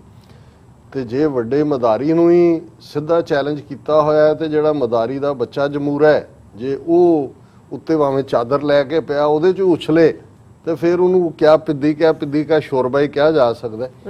ਹੁਣ ਪਿਛਲੇ ਦਿਨਾਂ 'ਚ ਪਾਕਿਸਤਾਨ ਦੇ ਫੋਰਨ ਮਿਨਿਸਟਰ ਸ਼ਾਹ ਮਹਿਮੂਦ ਕੁਰੈਸ਼ੀ ਚਾਈਨਾ ਦੇ ਦੌਰੇ ਤੇ ਸੀ, ਉਹਨਾਂ ਦੇ ਫੋਰਨ ਮਿਨਿਸਟਰ ਨੂੰ ਮਿਲੇ ਔਰ ਜ਼ਾਹਰ ਹੈ ਜੁਆਇੰਟ ਸਟੇਟਮੈਂਟ ਵੀ ਹੋਈ, ਉਹਦੇ 'ਚ ਸੋਲੀਡੈਰਿਟੀ ਔਰ ਆਲ ਵੈਦਰ ਫਰੈਂਡ ਦੀ ਗੱਲ ਤਾਂ ਹੁੰਦੀ ਹੈ, ਪਰ ਉਹਦੇ 'ਚ ਚਾਈਨਾ ਪਾਕਿਸਤਾਨ ਇਕਨੋਮਿਕਲ ਕੋਰੀਡੋਰ ਦੀ ਗੱਲ ਵੀ ਹੋਈ ਔਰ ਕਸ਼ਮੀਰ ਦੇ ਹਵਾਲੇ ਨਾਲ ਵੀ ਜਿਹੜੀ ਸਟੇਟਮੈਂਟ ਦਾ ਇੱਕ ਹਿੱਸਾ ਸੀ ਕਿ it is a dispute left over from history and dispute should be resolved peacefully and properly in accordance with the UN Charter relevant Security Council resolutions and bilateral agreements. China opposes any unilateral actions that complicate the situation. ਹੁਣ ਦੇਖੋ ਇਹਦੇ 'ਚ ਇੱਕ ਪਾਸੇ ਤਾਂ ਕਸ਼ਮੀਰ ਦੇ ਲੋਕਾਂ ਦਾ interest ਹੈ ਜੋ ਉਹਨਾਂ ਨੇ ਰਾਈਟ ਆਫ ਸੈਲਫ ਡਿਟਰਮੀਨੇਸ਼ਨ ਮੰਗਦੇ ਨੇ ਜੀ, ਪਰ ਜੋ ਕੁਝ ਇਹਨਾਂ ਨੇ 5 ਅਗਸਤ 2019 ਨੂੰ ਆਈਨੀ ਗੁੰਡਾਗਰਦੀ ਕਰਕੇ ਜੰਮੂ ਕਸ਼ਮੀਰ ਦਾ ਸੂਬੇ ਦੇ ਤੌਰ ਤੇ ਵੀ ਵਜੂਦ ਪ੍ਰਭਾਵਿਤ ਕੀਤਾ, ਉਹਦਾ ਚਾਈਨੀਜ਼ ਐਂਗਲ ਜਾਂ ਚਾਈਨੀਜ਼ ਇਫੈਕਟ ਇਹ ਹੈ ਕਿ ਇਹਨਾਂ ਨੇ ਲੱਦਾਖ ਨੂੰ ਯੂਨੀਅਨ ਟੈਰੀਟਰੀ ਬਣਾ ਕੇ ਸਿੱਧਾ ਦਿੱਲੀ ਦੇ ਕੰਟਰੋਲ 'ਚ ਲੈ ਆਂਦਾ। ਹੁਣ ਲੱਦਾਖ ਜਿਹਨੂੰ ਮਿੰਨੀ ਤਿੱਬਤ ਕਿਹਾ ਜਾਂਦਾ ਹੈ, ਲੱਦਾਖ ਦੇ ਉੱਤੇ ਚਾਈਨਾ ਦਾ ਕਲੇਮ ਹੈ ਔਰ ਇਹੀ ਨਹੀਂ ਕਲੇਮ ਬਾਰਡਰ ਜ਼ਾਹਰ ਹੈ ਜਦੋਂ ਉਹ ਇਹ ਕਹਿੰਦੇ ਨੇ ਕਿ ਵੀ ਅਨਡਿਮਾਰਕੇਟਡ ਹੈ ਔਰ ਉਹ ਮੰਨਦਾ ਹੀ ਨਹੀਂ ਜਿਹਨੂੰ line of actual control LAC ਜਾਂ ਮੈਕਮੋਹਨ ਲਾਈਨ ਜਿਹੜੀ 1912-13 'ਚ ਤਾਂ ਚਾਈਨਾ ਨੇ ਤਾਂ ਮੰਨਿਆ ਨਹੀਂ। ਹਾਲਾਂ ਉਦੋਂ ਚਾਈਨਾ ਦੀ ਬਿਲਕੁਲ ਨਖਿੱਧ ਜਿਹੜੀ ਹੈ ਉਹ ਸਿਚੁਏਸ਼ਨ ਸੀ ਪੋਲੀਟੀਕਲੀ, ਪਰ ਫਿਰ ਵੀ ਉਹਨਾਂ ਨੇ ਨਹੀਂ ਸੀ ਮੰਨਿਆ। ਇਹਨਾਂ ਨੇ ਜਿਹੜਾ ਮੈਕਮੋਹਨ ਲਾਈਨ ਜਿਹੜੀ ਉਹਨਾਂ ਦੇ ਉੱਤੇ ਥੋਪੀ। ਹੁਣ ਉਹਦੇ ਤੋਂ ਬਾਅਦ ਜਦੋਂ ਚਾਈਨਾ, ਕਿਉਂਕਿ ਇੰਡੀਆ ਹੀ ਖੁਦ ਲੈ ਕੇ ਗਿਆ ਜੰਮੂ ਕਸ਼ਮੀਰ ਦੇ ਕੇਸ ਨੂੰ UN security council disputed territory ਮੰਨਿਆ ਗਿਆ, ਸੋ ਚਾਈਨਾ ਵੀ ਜ਼ਾਹਰ ਹੈ ਇਸ ਗੱਲ ਦੇ ਉੱਤੇ ਉਡੀਕ 'ਚ ਹੋਏਗਾ ਕਿ ਜਦੋਂ ਇਹ ਹੱਕ ਮਿਲਦਾ ਘੱਟੋ ਘੱਟ ਜਿਹੜੀ ਵੀ ਫਿਊਚਰ ਦੀ ਸਿਚੁਏਸ਼ਨ ਜੰਮੂ ਕਸ਼ਮੀਰ ਦੀ ਹੁੰਦੀ ਆ ਉਹਦੇ ਨਾਲ ਉਹ ਡੀਲ ਕਰੇ। ਇੰਡੀਆ ਨੂੰ ਤਾਂ ਉਸ ਦਾ ਹੱਕਦਾਰ ਹੀ ਨਹੀਂ ਮੰਨਦਾ ਔਰ ਇਹ ਗੱਲ ਮੈਂ ਅੱਗੇ ਵੀ ਕਹੀ। ਔਰ ਇਹ ਜਿਹੜੀ ਹੈ ਰਾਜਮੋਹਨ ਗਾਂਧੀ ਨੇ ਜਿਹੜੀ ਆਪਣੀ ਕਿਸੇ ਕਿਤਾਬ ਦੇ ਵਿੱਚ ਲਿਖੀ ਹੈ ਕਿ ਜਦੋਂ ਉਹ as a journalist Atal Bihari Vajpayee ਜਦੋਂ ਕਿ ਫੋਰਨ ਮਿਨਿਸਟਰ ਸੀ ਮੋਰਾਰਜੀ ਦੇਸਾਈ ਦੀ ਕੈਬਨਿਟ ਦਾ ਔਰ ਚੀਨ ਦੇ ਦੌਰੇ ਤੇ ਗਏ ਔਰ ਜਦੋਂ ਉਹਨਾਂ ਨੇ ਲੱਦਾਖ 'ਚ ਬਾਰਡਰ ਸੈਟਲ ਕਰਨ ਦੀ ਗੱਲ ਕੀਤੀ ਤੇ ਇਹ ਐਜ਼ ਪਰ ਰਾਜਮੋਹਨ ਜਿਹੜਾ ਗਾਂਧੀ ਉਹਨੇ ਕਿਹਾ ਚਾਈਨਾ ਦੇ ਫੋਰਨ ਮਿਨਿਸਟਰ ਨੇ ਕਿ ਵੀ ਇਹ ਤਾਂ ਤੁਹਾਡਾ ਨਾਲ ਤਾਂ ਸਾਡਾ ਕੋਈ ਡੀਲ ਹੀ ਨਹੀਂ ਹੈ, ਇਹ ਤਾਂ ਸਿੱਖ ਰਾਜ ਦੇ ਵੇਲੇ 1842 ਦੇ ਵਿੱਚ ਬਾਰਡਰ ਅਸੀਂ ਉਹਨਾਂ ਦੇ ਨਾਲ ਜਦੋਂ ਉਹਨਾਂ ਦਾ ਹੋਏਗਾ ਫਿਰ ਅਸੀਂ ਦੇਖਾਂਗੇ, ਤੁਹਾਡਾ ਤਾਂ ਇਹਦੇ ਤੇ ਗੱਲ ਵੀ ਨਹੀਂ ਬਣਦੀ। ਔਰ ਇਹ ਗੱਲ ਟੈਕਨੀਕਲੀ ਗਲਤ ਨਹੀਂ ਹੈ ਵੈਦਰ ਉਹਨੇ ਕੀ ਕਿਹਾ ਰਾਜਮੋਹਨ ਨੇ ਕੀ ਲਿਖਿਆ, ਪਰ ਗੱਲ ਫੈਕਚੁਅਲੀ ਇਹੀ ਹੈ ਕਿ ਜਿਸ ਲੱਦਾਖ ਦੇ ਉੱਤੇ ਇੰਡੀਆ ਕਿਉਂਕਿ ਬ੍ਰਿਟਿਸ਼ ਕਲੋਨੀਅਲਸ ਨੇ ਮੈਕਮੋਹਨ ਲਾਈਨ ਡਰਾ ਕੀਤਾ ਇਹ ਤਾਂ ਇੰਡੀਆ ਦਾ ਹਿੱਸਾ ਹੀ ਨਹੀਂ ਸੀ। ਬ੍ਰਿਟਿਸ਼ ਰਾਜ ਨੇ ਦਾ ਵੀ ਜਿਹੜਾ ਉਹਨਾਂ ਦੇ ਨਾਲ ਚੀਨ ਨੇ ਉਹਨੂੰ ਮੰਨਿਆ ਨਹੀਂ, ਇਸ ਲਈ ਗੱਲ 1842 ਤੇ ਚਲੀ ਗਈ। ਹੁਣ ਚੀਨ ਇਹ ਸਮਝਦਾ ਹੈ ਵੀ ਜੇ ਇਹਨੇ ਯੂਨੀਅਨ ਟੈਰੀਟਰੀ ਬਣਾ ਲਈ ਇਹਦਾ ਮਤਲਬ ਇਹ ਹੈ ਕਿ ਭਾਰਤ ਦੇ ਨਾਲ ਭਾਰਤ ਨੈਗੋਸ਼ੀਏਟ ਕਰਨਾ ਚਾਹੇਗਾ ਕਿ ਜੀ ਉਹਨੇ ਕਿੱਥੇ ਜਾਣਾ ਔਰ ਭਾਰਤ ਆਲਮੋਸਟ ਉਹੀ ਬਾਰਡਰ ਮੰਨਣਾ ਚਾਹੁੰਦਾ ਹੈ ਜੋ ਮੈਕਮੋਹਨ ਲਾਦਾ। ਚਾਈਨਾ ਨੇ ਅਕਸਾਈ ਚਿੰਨ ਤੱਕ ਹੋਇਆ ਉਹਨਾਂ ਦਾ 30,000 ਸਕੁਅਰ ਮਾਈਲ ਤੋਂ ਜ਼ਿਆਦਾ ਟੈਰੀਟਰੀ 1962 ਚ ਲਈ ਹੈ, ਪਰ ਉਹਨਾਂ ਦਾ ਲੱਦਾਖ ਦੇ ਇੱਕ ਵੱਡੇ ਹਿੱਸੇ ਤੇ ਵੀ ਕਲੇਮ ਹੈ। ਸੋ ਇਹ ਜ਼ਾਹਰ ਹੈ ਕਿ ਪਾਕਿਸਤਾਨ ਨੇ ਜਦੋਂ ਜ਼ੁਲਫਿਕਾਰ ਅਲੀ ਭੁੱਟੋ ਦੇ ਵੇਲੇ ਇਹ ਸਮਝਿਆ ਕਿ ਚਾਈਨਾ ਦੇ ਨਾਲ ਸਾਡਾ ਲੈਂਡ ਬਾਰਡਰ ਲੱਗਣਾ ਚਾਹੀਦਾ ਹੈ ਤੇ ਉਹਨਾਂ ਨੇ ਗਿਫਟ ਕੀਤੀ ਲੈਂਡ ਇਨ ਰਿਟਰਨ ਜਿਹੜਾ ਉਹ ਜੇ ਅੱਜ ਉਹ ਲੈਂਡ ਨਾ ਗਿਫਟ ਕੀਤੀ ਹੁੰਦੀ ਤਾਂ ਅੱਜ ਜਿਹੜਾ ਚਾਈਨਾ ਪਾਕਿਸਤਾਨ ਇਕਨੋਮਿਕਲ ਕੋਰੀਡੋਰ ਜਾਂ ਗਵਾਦਰ ਪੋਰਟ ਜਾਂ ਉਹਨਾਂ ਦਾ ਬਾਰਡਰ ਲੱਗਣਾ ਜਾਂ ਅਲਟੀਮੇਟਲੀ ਵਨ ਬੈਲਟ ਵਨ ਇਹ ਪੋਸੀਬਲ ਹੀ ਨਹੀਂ ਸੀ ਹੋਣਾ। ਸੋ ਇੱਕ ਅੰਦਾਜ਼ੇ ਮੁਤਾਬਕ ਆਲਰੇਡੀ 15 ਤੋਂ 20% ਟੈਰੀਟਰੀ ਜਿਹੜੀ ਓਵਰਆਲ ਜੰਮੂ ਕਸ਼ਮੀਰ ਸਟੇਟ ਉਹ ਚਾਈਨਾ ਦੇ ਕੋਲ ਹੈ। ਸੋ ਚਾਈਨਾ ਸਟੇਕ ਹੋਲਡਰ ਹੈ। ਹੁਣ ਇੰਡੀਆ ਯੂਨੀਲੈਟਰਲੀ ਜਿਹੜਾ ਉਹ 5 ਅਗਸਤ 2019 ਨੂੰ ਕਰਕੇ ਕਹੇ ਜੀ ਇਹ ਵੀ ਸਾਡਾ ਹੈ ਤੇ ਉਹ ਫੁਦਕ ਕੇ ਕਹਿ ਰਹੇ ਨੇ ਕਿ ਜੀ ਇਹ ਗਿਲਗਿਤ ਬਾਲਿਸਤਾਨ ਔਰ ਉਹਨਾਂ ਦੀ ਫੋਰਨ ਮਿਨਿਸਟਰੀ ਨੇ ਜਦੋਂ ਮੈਂ ਕਿਹਾ ਪਿੱਦੀ ਕਾ ਸ਼ੋਰਬਾ ਕਿਉਂਕਿ ਚਾਈਨਾ ਪਾਕਿਸਤਾਨ ਸਾਂਝ ਫਰਦਰ ਇਕਨੋਮਿਕਲ ਕੋਰੀਡੋਰ ਇੱਕ ਹੱਬ ਹੈ ਇਕਨੋਮਿਕਲ ਪ੍ਰੋਸਪੈਰਿਟੀ ਦੀ, ਕੱਲੀ ਇੱਥੋਂ ਤੱਕ ਨਹੀਂ ਹੈ। ਹਾਲਾਂ ਇਹ ਜਦੋਂ ਹੁਣ ਮੈਨੂੰ ਇਸ ਗੱਲ ਦੀ ਖੁਸ਼ੀ ਵੀ ਹੈ ਵੀ ਸਾਡੇ ਆਪਣੇ ਪੰਜਾਬੀ ਮੀਡੀਆ 'ਚ ਵੀ ਕੋਈ ਨਾ ਕੋਈ ਇਹ ਡਿਸਕਸ ਕਰ ਰਿਹਾ ਹੈ ਕਿ ਜੀ ਇਕਨੋਮਿਕਲ ਕੋਰੀਡੋਰ ਇਹ ਅੰਮ੍ਰਿਤਸਰੋਂ ਕਿੰਨੀ ਦੂਰ ਪੈਂਦਾ ਹੈ, ਫਿਰੋਜ਼ਪੁਰੋਂ ਕਿੰਨਾ ਹੈ, ਪੰਜਾਬ ਦੇ ਖੇਤ ਕਿਉਂ ਇੰਪੋਰਟੈਂਟ ਨੇ, ਕਿਉਂ ਕਾਰਪੋਰੇਟ ਇੰਡੀਆ ਦੇ ਹਵਾਲੇ ਉਹ ਸਾਡੀ ਖੇਤੀਬਾੜੀ ਕਰਨਾ ਚਾਹੁੰਦੇ ਨੇ, ਕਿਉਂਕਿ ਇਸ ਇਕਨੋਮਿਕਲ ਕੋਰੀਡੋਰ ਦੇ ਬਣਨ ਦੇ ਨਾਲ ਔਰ ਜਦੋਂ ਇਹ ਟ੍ਰੇਡ ਦੀ ਲਾਈਨ ਜਿਹੜੀ ਕਿ ਪੁਰਾਣੇ ਸਿਲਕ ਰਾਊਟ ਨੂੰ ਵੀ ਪਿੱਛੇ ਛੱਡ ਦੇਗੀ ਔਰ ਜ਼ਾਹਰ ਹੈ ਕਿ ਇਹ ਗੱਲ ਉਸ ਡੋਮੀਨੈਂਸ ਨੂੰ ਖਤਮ ਕਰ ਦੇਗੀ। ਹੁਣ ਤੱਕ ਅਸੀਂ ਵਪਾਰਕ ਤੌਰ ਤੇ ਪੰਜਾਬ ਸਾਡਾ ਉਹ ਬੇਸ਼ੱਕ ਲਹਿੰਦਾ ਪੰਜਾਬ ਹੈ ਜਾਂ ਚੜ੍ਹਦਾ ਪੰਜਾਬ ਹੈ ਕਿਉਂਕਿ ਮਹਾਰਾਜਾ ਰਣਜੀਤ ਸਿੰਘ ਦੇ ਵੇਲੇ ਤਾਂ ਕੰਪਲੀਟ ਪੰਜਾਬ ਸੀ, ਲੇਕਿਨ ਉਦੋਂ ਵੀ ਇੱਕ ਵੱਡਾ ਡਰਾਬੈਕ ਸੀ ਜਿਹੜਾ ਕਰਕੇ ਇੰਟਰਨੈਸ਼ਨਲ ਤੁਸੀਂ ਪਾਵਰ ਨਹੀਂ ਸੀ ਬਣ ਸਕਦੇ ਕਿ ਤੁਹਾਡੀ ਪਾਣੀ ਤੱਕ ਐਕਸੈਸ ਨਹੀਂ ਸੀ, ਸਮੁੰਦਰ ਨਹੀਂ ਸੀ, ਕਿਉਂਕਿ ਵੱਡੀ ਤਾਕਤ ਬਣਦਾ ਹੀ ਉਹ ਸੀ ਉਹ ਸਮੁੰਦਰ ਹੈ। ਹੁਣ ਇਹ ਜਿਹੜਾ ਉਹਨਾਂ ਦੀ one belt one road initiative ਹੈ, ਇੱਥੇ ਸਮੁੰਦਰ ਦੀ ਡੋਮੀਨੈਂਸ ਮੁੱਕ ਜਾਂਦੀ ਹੈ ਤਾਂ ਬਾਈ ਲੈਂਡ ਵੀ ਤੁਹਾਡਾ ਜਿਹੜੀ ਹੈ ਉਨੀ ਵੈਲਿਊ ਬਣਦੀ ਹੈ ਜੇ ਤੁਹਾਡੇ ਕੋਲ ਕੁਝ ਦੇਣ ਨੂੰ ਹੈ, ਜੇ ਤੁਹਾਡੇ ਕੋਲ ਕੰਟੈਂਟ ਹੈ। ਹੁਣ ਫਰਟੀਲ ਜ਼ਮੀਨਾਂ ਦਾ ਹੋਣਾ, ਜ਼ਮੀਨ 'ਚ ਤੁਸੀਂ ਜੋ ਮਰਜ਼ੀ ਪੈਦਾ ਕਰੋ, ਔਰ ਉਹਦੇ ਲਈ ਸਾਰੇ ਸੈਂਟਰਲ ਏਸ਼ੀਆ ਤੋਂ ਲੰਘ ਕੇ ਯੂਰਪ ਤੱਕ ਦੀ ਮਾਰਕੀਟ, ਔਰ ਕੱਲਾ ਇਹ ਰੋਡ ਸਾਈਡ ਹੀ ਨਹੀਂ ਹੈ, ਪਾਣੀਆਂ ਦੇ ਵਿੱਚ ਵੀ ਇਹ ਰਾਹ ਹੈ। ਕਿਉਂਕਿ ਜਦੋਂ ਅਸੀਂ ਵਨ ਬੈਲਟ ਵਨ ਰੋਡ, ਬਹੁਤਿਆਂ ਨੂੰ ਲੱਗਦਾ ਵੀ ਸੜਕ ਦੀ ਗੱਲ ਹੀ ਹੈ, ਇਹ ਲਿੰਕਡ ਰੇਲਵੇ ਵੀ, ਬੱਸਾਂ ਵੀ, ਪਾਣੀ ਵੀ। ਸੋ ਚਾਈਨਾ ਦਾ ਇੰਨਾ ਵੱਡਾ ਇਨੀਸ਼ੀਏਟਿਵ, ਇਹਦਾ ਸਭ ਤੋਂ ਜ਼ਿਆਦਾ ਫਾਇਦਾ ਤਾਂ ਪਾਕਿਸਤਾਨ ਨੂੰ ਤਾਂ ਹੋਏਗਾ ਹੀ ਹੋਏਗਾ, ਸਾਡੇ ਪੰਜਾਬ ਨੂੰ ਵੀ ਬੇਸ਼ੱਕ ਇਹ ਕਿਸੇ ਲੈਵਲ ਤੇ ਵੀ ਅਸੀਂ ਦੇਖੀਏ ਅਲਟੀਮੇਟਲੀ। ਸੋ ਇਹ ਵੀ ਇੱਕ ਵੱਡਾ ਕਾਰਨ ਹੈ ਕਿ ਖੇਤੀ ਕਾਨੂੰਨ ਲਿਆ ਕੇ ਤਿੰਨ ਜਿਹੜੀ ਇਹਨਾਂ ਦੇ ਹਵਾਲੇ ਕਰਨ ਦੀ ਲਾਈਨ ਹੈ। ਔਰ ਤੁਸੀਂ ਇਹ ਦੇਖੋਗੇ ਕਿ ਪਹਿਲਾਂ ਭਾਰਤ ਦਾ ਉਨਾ ਕੁ ਕਲੇਮ ਰਹਿੰਦਾ ਸੀ ਕਿ ਜੀ ਪਾਕਿਸਤਾਨ ਆਕੂਪਾਈਡ ਕਸ਼ਮੀਰ ਨੂੰ ਕਹਿ ਦਿੰਦੇ ਸੀ, ਆਜ਼ਾਦ ਕਸ਼ਮੀਰ ਨੂੰ, ਗਿਲਗਿਤ ਬਾਲਟਿਸਤਾਨ ਦੀ ਗੱਲ ਨਹੀਂ ਸੀ ਕਰਦੇ।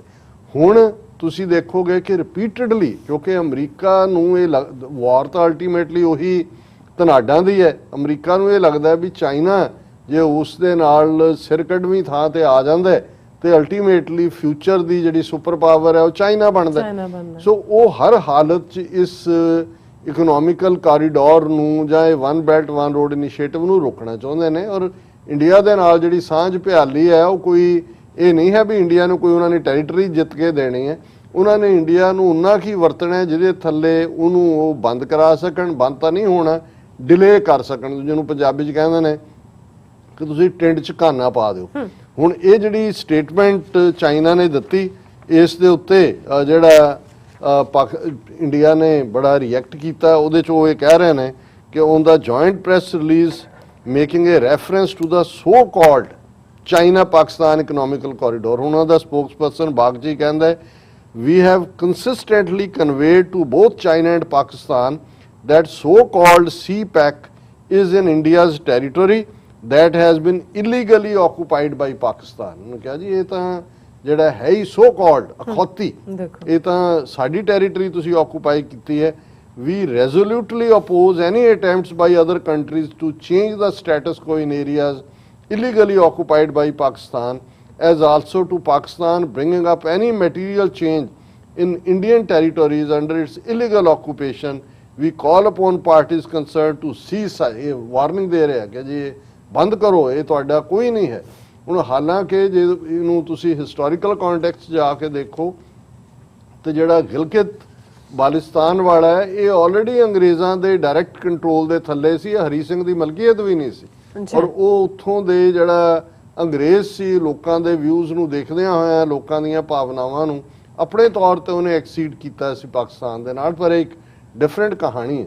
ਹੁਣ ਕੱਲਾ ਇਹ ਜਦੋਂ ਫਿਰ ਕੋਈ ਚਾਂਬਲਦਾ ਹੈ, ਚਾਂਬਲਣ ਦਾ ਮਤਲਬ ਹੀ ਇਹ ਹੁੰਦਾ ਕਿ ਵੀ ਆਪਣੀ ਔਕਾਤ ਤੋਂ ਪਰੇ ਜਾਣਾ। ਇਧਰ ਚੀਨ ਔਰ ਪਾਕਿਸਤਾਨ ਦੀ ਜੁਆਇੰਟ ਸਟੇਟਮੈਂਟ ਤੇ ਸੋ ਕਾਲਡ ਸੀਪੈਕ ਔਰ ਦੂਜਾ ਕਰੋ।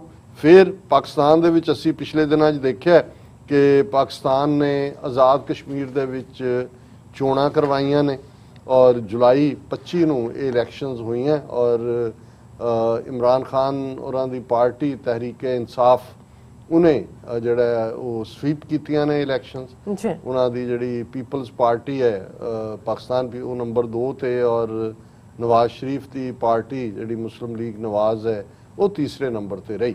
ਔਰ ਜ਼ਾਹਰ ਹੈ ਵੈਸੇ ਤਾਂ ਜਦੋਂ ਇੱਥੋਂ ਦੀਆਂ ਚੋਣਾਂ ਦੀ ਗੱਲ ਹੁੰਦੀ ਹੈ ਮੋਸਟਲੀ ਜਿਹੜੀ ਵੀ ਰੂਲਿੰਗ ਪਾਰਟੀ ਹੁੰਦੀ ਹੈ ਉਹੀ ਅਲਟੀਮੇਟਲੀ ਉੱਥੇ ਜਿੱਤਦੇ ਨੇ। ਸ਼ਾਇਦ ਇਹਦਾ ਕਾਰਨ ਇਹ ਵੀ ਹੈ ਵੀ ਇਹ ਟੈਰੀਟਰੀਜ਼ ਇਹ ਹੋਣ ਜਾਂ ਜਿਵੇਂ ਗਿਲਗਿਤ ਬਾਲਟਿਸਤਾਨ ਦੇ ਵਿੱਚ ਵੀ ਚੋਣਾਂ ਹੋਈਆਂ, ਇਮਰਾਨ ਖਾਨ ਦੀ ਪਾਰਟੀ ਨੇ ਲੀਡ ਕੀਤਾ ਕਿਉਂਕਿ ਬਹੁਤ ਸਾਰੀ ਇਹਨਾਂ ਥਾਵਾਂ ਦੀ ਇਕਨੋਮੀ ਫੈਡਰਲ ਫੰਡਸ ਦੇ ਉੱਤੇ ਖੜੀ ਹੁੰਦੀ ਹੈ ਔਰ ਉਹ ਇਹ ਮਹਿਸੂਸ ਕਰਦੇ ਨੇ ਕਿ ਜਿਹੜੀ ਪਾਰਟੀ ਫੈਡਰਲ ਲੈਵਲ ਤੇ ਸੈਂਟਰ 'ਚ ਰੂਲ ਕਰਦੀ ਹੈ ਜੇ ਉਹਨੂੰ ਵੋਟਾਂ ਪਾਵਾਂਗੇ ਉਹ ਜਿੱਤੇਗੀ ਤੇ ਫੰਡਸ ਆਣਗੇ।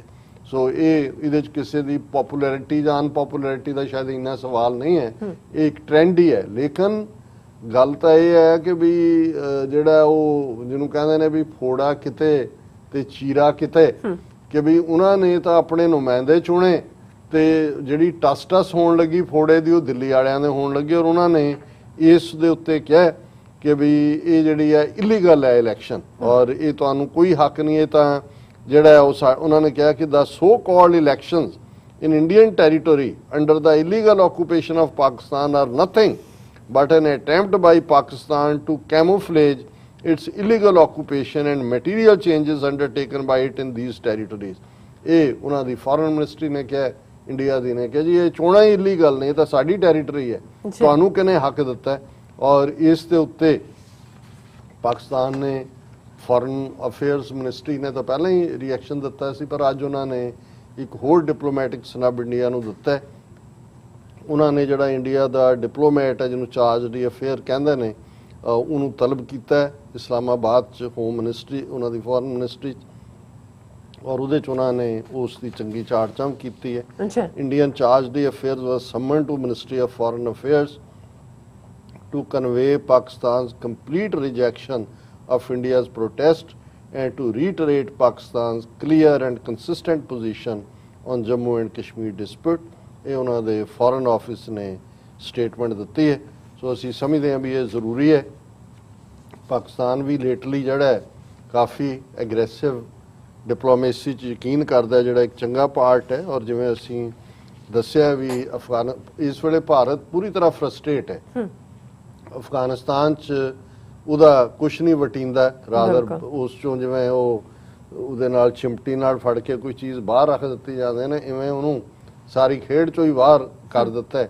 ਔਰ ਦੂਸਰੇ ਪਾਸੇ ਅਸੀਂ ਦੇਖਿਆ ਵੀ ਐਂਟੋਨੀ ਬਲਿੰਕਨ ਨੇ ਵੀ ਆਪਣੀ ਵਿਜ਼ਿਟ ਦੇ ਦੌਰਾਨ ਕੋਈ ਜਿਹੜਾ ਭਾਰਤ ਨੂੰ ਚੋਗਾ ਨਹੀਂ ਪਾਇਆ ਹੈ ਔਰ ਜਾਂ ਘਾਹ ਨਹੀਂ ਪਾਇਆ ਜਿਹਨੂੰ ਕਹਿੰਦੇ ਨੇ। ਔਰ ਦੂਸਰੇ ਪਾਸੇ ਐਨ ਜਿਉਂ ਹੀ ਐਂਟੋਨੀ ਉਧਰੋਂ ਨਿਕਲ ਰਿਹਾ ਸੀ ਤੇ ਪਾਕਿਸਤਾਨ ਦੇ ਜਿਹੜੇ ਸਿਕਿਉਰਿਟੀ ਐਡਵਾਈਜ਼ਰ ਨੇ ਔਰ ISI ਚੀਫ ਉਹ ਵਾਸ਼ਿੰਗਟਨ ਆਏ। Pakistan US NSA's discuss Afghan settlement, ਔਰ ਉਹਨਾਂ ਦੇ Pakistan national security adviser Moeed Yusuf met with his American counterpart Jake Sullivan in Washington, during which two leaders discussed the urgent need for reduction in violence and a negotiated political settlement in Afghanistan।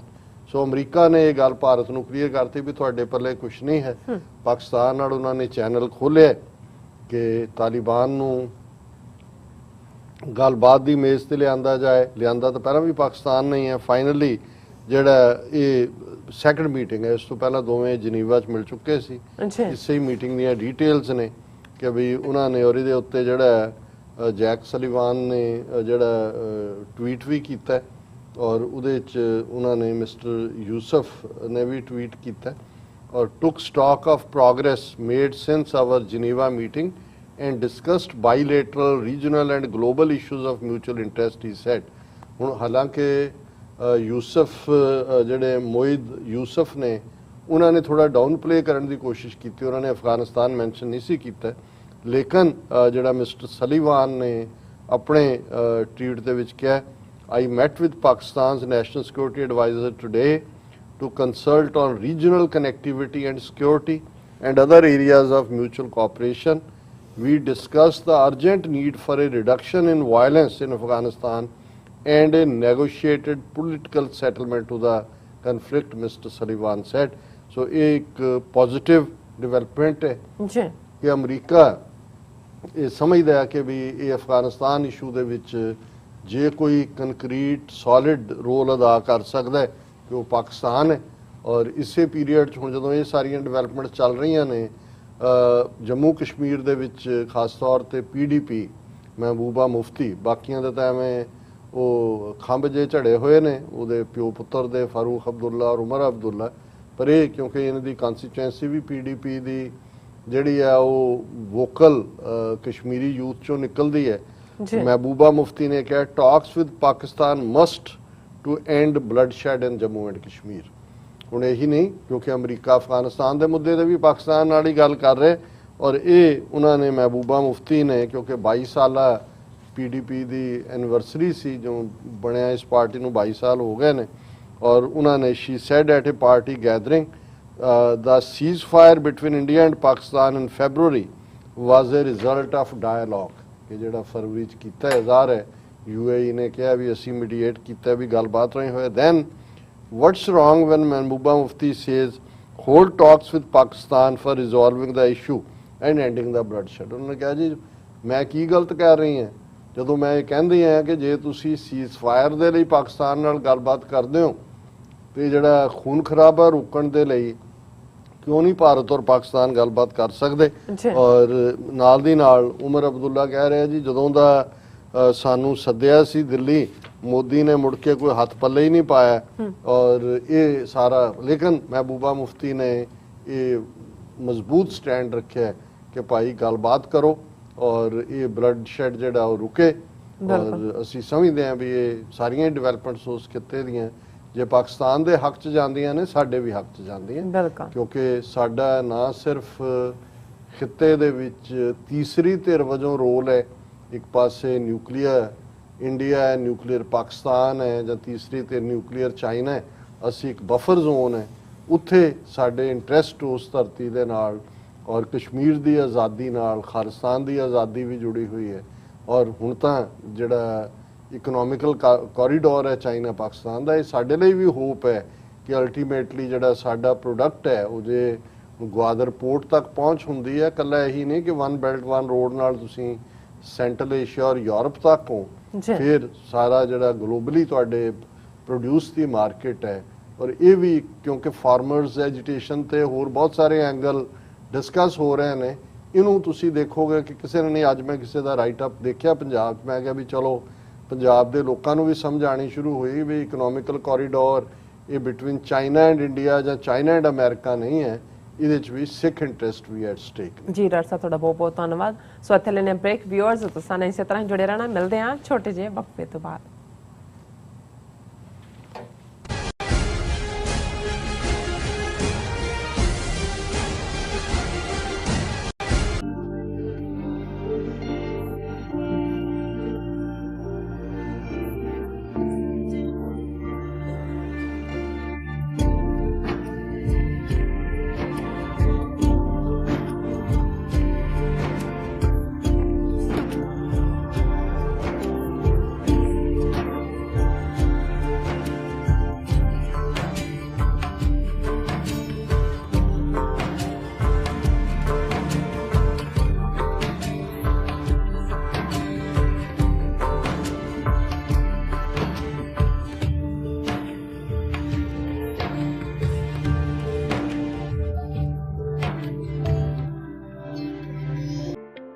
Signature truck service route 81 ਉੱਤੇ exit 235 ਤੇ trucker ਵੀਰਾਂ ਲਈ 24 ਘੰਟੇ road service ਦੀ ਸੁਵਿਧਾ ਮੌਜੂਦ। Heavy duty repair, oil change, ਪੁਰਾਣੇ ਅਤੇ ਨਵੇਂ tyre, computer diagnostic, DPF cleaning, brake service ਜਾਂ ਰਸਤੇ ਵਿੱਚ ਆਈ ਹਰ ਤਰ੍ਹਾਂ ਦੀ ਰਿਪੇਅਰ ਪ੍ਰੋਫੈਸ਼ਨਲ ਟੀਮ ਵੱਲੋਂ ਕੀਤੀ ਜਾਂਦੀ ਹੈ। ਬ੍ਰੇਕਫਾਸਟ, ਲੰਚ ਅਤੇ ਡਿਨਰ ਲਈ ਪੰਜਾਬੀ ਢਾਬੇ ਦਾ ਆਨੰਦ ਵੀ ਮਾਣੋ। ਡਰਾਈਵਰ ਅਤੇ ਟਰੱਕ ਆਪਰੇਟਰ ਵੀਰ ਡਿਸਪੈਚ ਦੀ ਸਰਵਿਸ ਲਈ ਸਾਡੇ ਨਾਲ ਸੰਪਰਕ ਕਰਨ। Signature truck service 58 triangle drive, Weyers Cave, Virginia 24486। ਦਰਸ਼ਕੋ ਬ੍ਰੇਕ ਤੋਂ ਬਾਅਦ ਤੁਹਾਡਾ ਸਭ ਦਾ ਭਰਪੂਰ ਸਵਾਗਤ ਹੈ। ਸੋ ਵਿਊਅਰਸ ਹੁਣ ਆਪਾਂ ਗੱਲਬਾਤ ਕਰਨ ਜਾ ਰਹੇ ਹਾਂ ਕਿ ਬੀਤੇ ਦਿਨੀ ਭਾਰਤ ਦੀਆਂ ਕਮਿਊਨਿਸਟ ਪਾਰਟੀਆਂ ਨੇ ਦਿੱਲੀ ਵਿਚਲੀ ਚੀਨ ਦੀ ਅੰਬੈਸੀ ਵੱਲੋਂ ਕਰਵਾਏ ਗਏ ਇੱਕ ਸਮਾਗਮ ਵਿੱਚ ਉਹਨਾਂ ਨੇ ਸ਼ਿਰਕਤ ਕੀਤੀ। ਸੋ ਇਹ ਸਮਾਗਮ ਚੀਨੀ ਕਮਿਊਨਿਸਟ ਪਾਰਟੀ ਦੀ 100ਵੀਂ ਸਾਲਗਿਰਾ ਜਿਹੜੀ ਸੀ ਉਹ ਸੰਬੰਧੀ ਸੀ। ਸੋ ਭਾਰਤੀ ਜਨਤਾ ਪਾਰਟੀ ਨੇ ਕਮਿਊਨਿਸਟਾਂ ਨੂੰ ਪ੍ਰਾਚੀਨ ਦੇ ਦੋਸਤ ਅਤੇ ਦੇਸ਼ ਦੇ ਗੱਦਾਰ ਗਰਦਾਨਿਆ ਹੈ। ਸੋ ਇਸ ਬਾਰੇ ਆਪਾਂ ਗੱਲਬਾਤ ਕਰਨ ਜਾ ਰਹੇ ਹਾਂ। ਸੋ ਅਸੀਂ ਚਾਹਾਂਗੇ ਕਿ ਤੁਸੀਂ ਇਸੇ ਤਰ੍ਹਾਂ ਜੁੜੇ ਰਹਿਣਾ, ਦੇਖਣ ਸੁਣ ਲਈ ਐਂਡ ਲਿਖਣ ਲਈ ਤੁਹਾਡਾ ਸਭ ਦਾ ਬਹੁਤ ਬਹੁਤ ਸ਼ੁਕਰੀਆ। ਜੀ ਰਾਜ ਸਾਹਿਬ ਕੀ ਕਹਿਣਾ ਚਾਹੋਗੇ? ਵੈਸੇ ਹੁਣ ਤਾਂ ਸਾਡੇ ਖਿੱਤੇ 'ਚ ਘਟ ਗਿਆ ਹੈ। ਇੱਕ ਜਿਹੜੀ ਟਰਮ ਪੰਜਾਬੀ ਦੇ ਵਿੱਚ ਇਸਤੇਮਾਲ ਹੁੰਦੀ ਸੀ ਜਦੋਂ ਕੋਈ ਬਹੁਤ ਮਿਹਣੋ ਮਿਹਣੀ ਹੋਏ ਤੇ ਸੌਂਕਣਾ ਦੀ ਲੜਾਈ ਦੇ ਵਿੱਚ ਮਿਹਣੋ ਮਿਹਣੀ ਹੋਣਾ ਸਭ ਤੋਂ ਜ਼ਿਆਦਾ ਮੰਨਿਆ ਜਾਂਦਾ ਸੀ, ਕਿਉਂਕਿ ਸਭ ਤੋਂ ਵੱਡੀ ਰਾਈਵਲਰੀ ਜਿਵੇਂ ਔਰਤ ਦੇ ਹਵਾਲੇ ਨਾਲ ਕਿਹਾ ਜਾਂਦਾ ਵੀ ਉਹ ਹਰ ਦੁੱਖ ਬਰਦਾਸ਼ਤ ਕਰ ਸਕਦੀ ਹੈ, ਸਭ ਕੁਝ ਜਿਹੜੀ ਹੈ ਝੱਲ ਸਕਦੀ ਹੈ, ਪਰ ਸੌਂਕਣ ਨੂੰ ਬਰਦਾਸ਼ਤ ਨਹੀਂ ਕਰ ਸਕਦੀ। ਹੁਣ ਵੈਸੇ ਆਪਣੀ ਇਥੋਂ ਦੀ ਜਨਰੇਸ਼ਨ ਨੂੰ ਸੌਂਕਣ ਵੀ ਸਮਝਾਉਣਾ ਹੋਵੇ ਤਾਂ ਔਖਾ ਹੋਵੇਗਾ ਕਿ ਸੌਂਕਣ ਕੀ ਹੈ, ਲੇਕਿਨ ਇਹ ਇੱਕ ਫੈਕਟ ਹੈ ਕਿ ਜਦੋਂ ਤੁਸੀਂ ਈਵਨ ਪੋਲੀਟੀਕਲ ਡਿਸਕਸ਼ਨ ਦੇ ਵਿੱਚ ਉਸ ਕਿਸਮ ਦੀ ਮਿਹਣੋ ਮਿਹਣੀ ਹੁੰਦੀ ਦੇਖਦੇ ਹੋ। ਵੈਸੇ ਬਹੁਤ ਵਾਰੀ ਮਿਹਣਾ ਉਹ ਮਾਰਿਆ ਜਾਂਦਾ ਹੈ ਜਿਹਦੇ 'ਚ ਕੁਝ ਹੁੰਦਾ ਕੰਟੈਂਟ, ਪਰ ਸਿਆਸਤ ਦੇ ਵਿੱਚ ਜਦੋਂ ਇਸ ਕਿਸਮ ਦੀ ਮਿਹਣੋ ਮਿਹਣੀ ਸ਼ੁਰੂ ਹੁੰਦੀ ਹੈ ਉਹਦੇ 'ਚ ਬਹੁਤ ਵਾਰ ਇਹ ਹੁੰਦਾ ਹੈ ਵੀ ਦੋਨੋਂ ਜਿਹੜੇ ਖਾਲੀ ਹੁੰਦੇ ਨੇ ਜਾਂ ਜਿਹੜੇ ਦੋਨੋਂ ਹੀ ਤਰ੍ਹਾਂ ਖੁਦ ਕਮਜ਼ੋਰ ਹੁੰਦੀਆਂ ਨੇ ਜਾਂ ਉਹਨਾਂ ਦਾ ਕੋਈ ਨਾ ਕੋਈ ਦੋਸ਼ ਹੁੰਦਾ ਹੈ, ਉਹ ਜਸਟੀਫਿਕੇਸ਼ਨ ਦੇ ਲਈ ਦੂਸਰਿਆਂ ਨੂੰ ਇੰਨਾ ਵੱਡਾ ਮਿਹਣਾ ਮਾਰਨਗੇ, ਉਹਨਾਂ ਨੂੰ ਇਹ ਭੁੱਲ ਜਾਂਦਾ ਹੈ ਕਿ ਭਾਈ ਇਹ ਗੱਲ ਵਾਪਸ ਵੀ ਸਾਡੇ ਤੇ ਆਣੀ ਹੈ, ਕਿਉਂਕਿ ਪੱਲੇ ਸਾਡੇ ਵੀ ਕੁਝ ਨਹੀਂ। ਜੀ ਔਰ ਜਿਵੇਂ ਅਸੀਂ ਇਸ ਸੈਗਮੈਂਟ ਦੇ ਵਿੱਚ ਡਿਸਕਸ ਕਰਨ ਜਾ ਰਹੇ ਹਾਂ ਭਾਰਤ ਦੀਆਂ ਕਮਿਊਨਿਸਟ ਪਾਰਟੀਆਂ, ਔਰ ਅੱਜ ਤੋਂ 2-3 ਦਿਨ ਪਹਿਲਾਂ ਜਦੋਂ ਕਿ ਅਸੀਂ ਪਰਸੋਂ ਦੇ ਪ੍ਰੋਗਰਾਮ 'ਚ ਨਕਸਲਾਈਟ ਮੂਵਮੈਂਟ ਦੀ ਗੱਲ ਕੀਤੀ ਪੰਜਾਬ ਦੇ ਹਵਾਲੇ ਨਾਲ, ਔਰ ਜ਼ਾਹਰ ਹੈ ਕਮਿਊਨਿਸਟ ਪਾਰਟੀ ਦੀ ਗੱਲ ਵੀ ਹੋਈ, ਔਰ ਅੱਜ ਕੱਲ੍ਹ ਇਹ ਚਰਚਾ ਇਸ ਲਈ ਵੀ ਹੈ ਕਿ ਚਾਈਨੀਜ਼ ਕਮਿਊਨਿਸਟ ਪਾਰਟੀ ਨੇ ਆਪਣੇ 100 ਸਾਲ ਪੂਰੇ ਹੋਣ ਦੇ ਉੱਤੇ ਜਿਵੇਂ ਬੀਜਿੰਗ ਦੇ ਵਿੱਚ ਆਪਣਾ ਜਲਵਾ ਦਿਖਾਇਆ। ਜ਼ਾਹਰ ਹੈ ਕਮਿਊਨਿਜ਼ਮ ਇਹਨਾਂ 100 ਸਾਲਾਂ 'ਚ, ਕਿਉਂਕਿ 100 ਸਾਲ ਇਸ ਲਈ ਜੁੜਦੇ ਨੇ ਜਾ ਕੇ ਕਿ ਮਾਰਕਸਿਜ਼ਮ ਤਾਂ 19ਵੀਂ ਸਦੀ ਦੇ ਅਖੀਰ ਦੀ ਥਿਊਰੀ ਹੈ ਜਿਹਦੇ ਉੱਤੇ ਕਮਿਊਨਿਜ਼ਮ ਬੇਸਡ ਹੈ, ਲੇਕਿਨ ਲੈਨਿਨ ਨੇ 1917 ਦੇ ਵਿੱਚ ਰਸ਼ੀਆ ਦੇ ਵਿੱਚ ਫੈਕਟਰੀਜ਼, ਕਿਉਂਕਿ 18ਵੀਂ 19ਵੀਂ ਸਦੀ ਦੇ ਵਿੱਚ ਹੀ ਇੰਡਸਟਰੀਲਾਈਜੇਸ਼ਨ ਆਫ ਯੂਰਪ ਸਟਾਰਟ ਹੋਈ ਔਰ ਉਹਦੇ ਥੱਲੇ ਐਕਸਪਲੋਇਟੇਸ਼ਨ ਦਾ ਇੱਕ ਹੋਰ ਨਵਾਂ ਜ਼ਰੀਆ ਆਇਆ। ਇਧਰ ਚੀਨ ਦੇ ਹਵਾਲੇ ਨਾਲ ਜਾਂ ਆਪਣੇ ਖਿੱਤੇ 'ਚ ਵੀ ਜੇ ਅਸੀਂ ਦੇਖੀਏ ਤੇ ਜ਼ਿਮੀਂਦਾਰਾ ਸਿਸਟਮ ਜਿਹੜਾ ਕਿ ਐਗਰੀਕਲਚਰ ਦੇ ਵਿੱਚ ਜ਼ਿਮੀਂਦਾਰ ਔਰ ਮੁਜ਼ਾਹਰੇ ਔਰ ਕਿਵੇਂ ਉਹਨਾਂ ਦੀ ਐਕਸਪਲੋਇਟੇਸ਼ਨ, ਸੋ ਜਿਹੜਾ ਜਿਹਨੂੰ ਰਸ਼ੀਅਨ ਇਨਕਲਾਬ ਦਾ ਨਾਂ ਦਿੱਤਾ ਜਾਂਦਾ ਹੈ 1917 ਦੇ, ਉਹ ਬੇਸਡ ਉਸੇ ਹੀ ਕਾਰਲ ਮਾਰਕਸ ਦੀ ਥਿਊਰੀ ਦੇ ਉੱਤੇ ਸੀ ਜਿਹਦੇ 'ਚ ਹੈਵ ਔਰ ਹੈਵ ਨਾਟ, ਪਰ ਉਹ ਇੱਕ ਵੱਡਾ ਰਾਜ ਪਲਟਾ ਵੀ ਸੀ, ਜ਼ਾਰਸ਼ਾਹੀ, ਕਿਉਂਕਿ ਜ਼ਾਰ ਜਿਵੇਂ ਇਹਨਾਂ ਦੇ ਜਰਮਨ ਦੇ ਵਿੱਚ ਕਿੰਗ ਨੂੰ ਕਾਈਜ਼ਰ ਕਿਹਾ ਜਾਂਦਾ ਇੱਥੇ, ਕਿਉਂਕਿ ਕਾਈਜ਼ਰ ਪਰਮਾਨੈਂਟ ਟੇਲ ਵਗੈਰਾ ਹੁੰਦਾ, ਉਰਦੂ ਦੇ ਵਿੱਚ ਉਹਨੂੰ ਕੈਸਰ ਕਿਹਾ ਜਾਂਦਾ ਸੀ ਬਾਦਸ਼ਾਹ ਦੇ ਲਈ, ਰਸ਼ੀਆ ਦੇ ਵਿੱਚ ਲਫ਼ਜ਼ ਜਿਹੜਾ ਜ਼ਾਰ ਸੀ।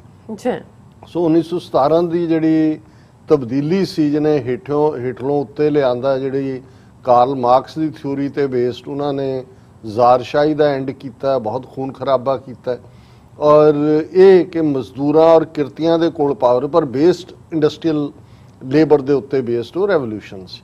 ਔਰ ਜ਼ਾਹਰ ਹੈ ਕਿ ਉਸ ਤੋਂ ਫਰਦਰ ਪ੍ਰਭਾਵਿਤ ਹੋ ਕੇ 1920 ਤੱਕ ਪਹੁੰਚਦੇ ਆ, ਫਿਰ ਚਾਈਨਾ ਜਿਹੜਾ ਬੁਰੀ ਤਰ੍ਹਾਂ ਦਰੜਿਆ ਹੋਇਆ ਸੀ, ਯੂਰਪੀਅਨ ਪਾਵਰਸ ਨੇ ਕੋਲੋਨਾਈਜ਼ ਉਹਨਾਂ ਨੂੰ ਕੀਤਾ ਹੋਇਆ ਸੀ, ਸ਼ੰਘਾਈ ਹੋਏ, ਨੈਨਕਿੰਗ ਹੋਏ, ਆਪਣੇ ਉਹਨਾਂ ਨੇ ਬਿਠਾਏ ਹੋਏ ਸੀ ਉਸ ਕਿਸਮ ਦੇ ਜਿਨ੍ਹਾਂ ਨੂੰ ਤੁਸੀਂ ਹੱਥ ਠੋਕੇ ਕਹਿੰਦੇ ਹੋ, ਉਹ ਸਾਰਿਆਂ ਦਾ ਪਾਰਟ ਚੱਲ ਰਿਹਾ ਸੀ। ਔਰ ਇਹ ਫਿਰ ਇੱਕ ਲੰਬੀ ਕਹਾਣੀ ਹੈ ਕਿ ਚਾਈਨਾ ਦੀ ਕਮਿਊਨਿਸਟ ਪਾਰਟੀ ਜਿਹਦੀ ਜ਼ਾਹਰ ਹੈ ਇਨਸਪੀਰੇਸ਼ਨ ਮੋਟੀਵੇਸ਼ਨ ਮਾਰਕਸਿਜ਼ਮ ਸੀ, ਲੈਨਿਨ ਦੇ ਉਸ ਸੈਕਸ਼ਨ ਤੋਂ ਬਾਅਦ ਉਹਨਾਂ ਨੂੰ ਹੌਸਲਾ ਮਿਲਿਆ। ਸੋ ਚਾਈਨਾ ਨੇ 100 ਸਾਲ ਦੇ ਵਿੱਚ ਜ਼ਾਹਰ ਹੈ ਇੱਕ ਆਪਣੀ ਪਛਾਣ ਵੀ ਬਣਾਈ ਹੈ ਔਰ ਸੁਪਰ ਪਾਵਰ ਬਣਨ ਵੱਲ ਵੱਧ ਰਹੇ ਨੇ। ਇਹ ਉਹੀ ਪੀਰੀਅਡ ਸੀ ਜਦੋਂ ਭਾਰਤ ਦੇ ਵਿੱਚ ਅਸੀਂ ਦੇਖਦੇ ਹਾਂ ਕਿ ਗਦਰ ਪਾਰਟੀ ਜਿਹੜੇ ਅਮਰੀਕਾ, ਕੈਨੇਡਾ, ਫਿਲੀਪੀਨਸ, ਦੁਨੀਆ ਦੇ 22 ਤੋਂ ਜ਼ਿਆਦਾ ਦੇਸ਼ਾਂ ਤੋਂ ਗਏ, ਜ਼ਿਆਦਾ 95% ਸਿੱਖ ਹੀ ਸਨ, ਉਹਨਾਂ ਨੇ ਗਦਰ ਮਚਾ ਕੇ ਇੰਗਲੈਂਡ ਉਹਨਾਂ ਨੂੰ ਗੋਰਿਆਂ ਨੂੰ ਬਰਤਾਨਵੀ ਸਲਤਨਤ ਨੂੰ ਖਤਮ ਕਰਨ ਦਾ ਧਈਆ, ਪਰ ਉਹ ਫੇਲ ਹੋਏ। ਜ਼ਾਹਰ ਹੈ ਮੁਖਬਰੀ ਵੀ ਦੂਜਾ ਵੀ, ਵੈਸੇ ਵੀ ਬਰਤਾਨੀਆ ਇੱਕ ਵਰਲਡ ਪਾਵਰ ਸੀ। ਇੱਕ ਗੱਲ ਉਹਨਾਂ ਨੇ ਰਿਅਲਾਈਜ਼ ਕੀਤੀ, ਫੇਲ ਹੋਣ ਤੋਂ ਬਾਅਦ ਗਦਰੀ ਫੜੇ ਗਏ, ਕੋਈ ਫਾਂਸੀ ਤੇ ਚੜ੍ਹ ਗਏ, ਲਾਹੌਰ ਕੰਸਪੀਰੇਸੀ ਕੇਸ 1, ਕੰਸਪੀਰੇਸੀ ਕੇਸ 2, ਬਾਕੀ ਕਾਲਾ ਪਾਣੀ ਤੋੜ ਦਿੱਤੇ।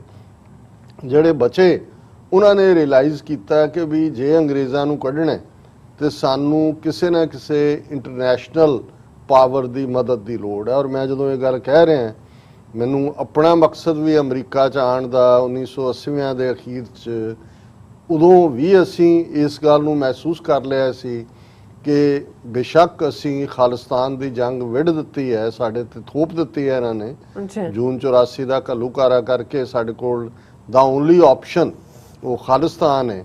ਪਰ ਇਹ ਗੱਲ ਵੀ ਜੋ ਕੁਛ ਅਸੀਂ ਉਸ ਤੋਂ ਬਾਅਦ ਦੇ ਸਾਲਾਂ 'ਚ ਦੇਖਿਆ ਕਿ ਜੇ ਤੁਹਾਡੀ ਕੋਈ ਬਾਂਹ ਨਾ ਫੜੇ ਇੰਟਰਨੈਸ਼ਨਲੀ ਤੇ ਮੁਲਕ ਲਿਬਰੇਟ ਨਹੀਂ ਹੋ ਸਕਦਾ ਭਾਰਤ ਦੇ ਉਸ ਜੱਫੇ 'ਚੋਂ। ਜ਼ਾਹਰ ਹੈ ਉਦੋਂ ਅਮਰੀਕਾ ਇੱਕ champion of human rights C, Bharat Soviet union ਦੇ ਆਰਬਿਟ ਦੇ ਵਿੱਚ ਘੁੰਮ ਰਿਹਾ ਸੀ, ਔਰ ਸਾਨੂੰ ਇਹ ਹੋਪ ਸੀ ਕਿ ਔਰ ਨਿਕਸਨ ਦੇ ਜ਼ਮਾਨੇ 'ਚ ਕਿਤੇ ਨਾ ਕਿਤੇ ਇਹ ਇੰਟਰਸਟ ਵੀ ਸ਼ੋਅ ਕੀਤਾ ਗਿਆ ਸੀ।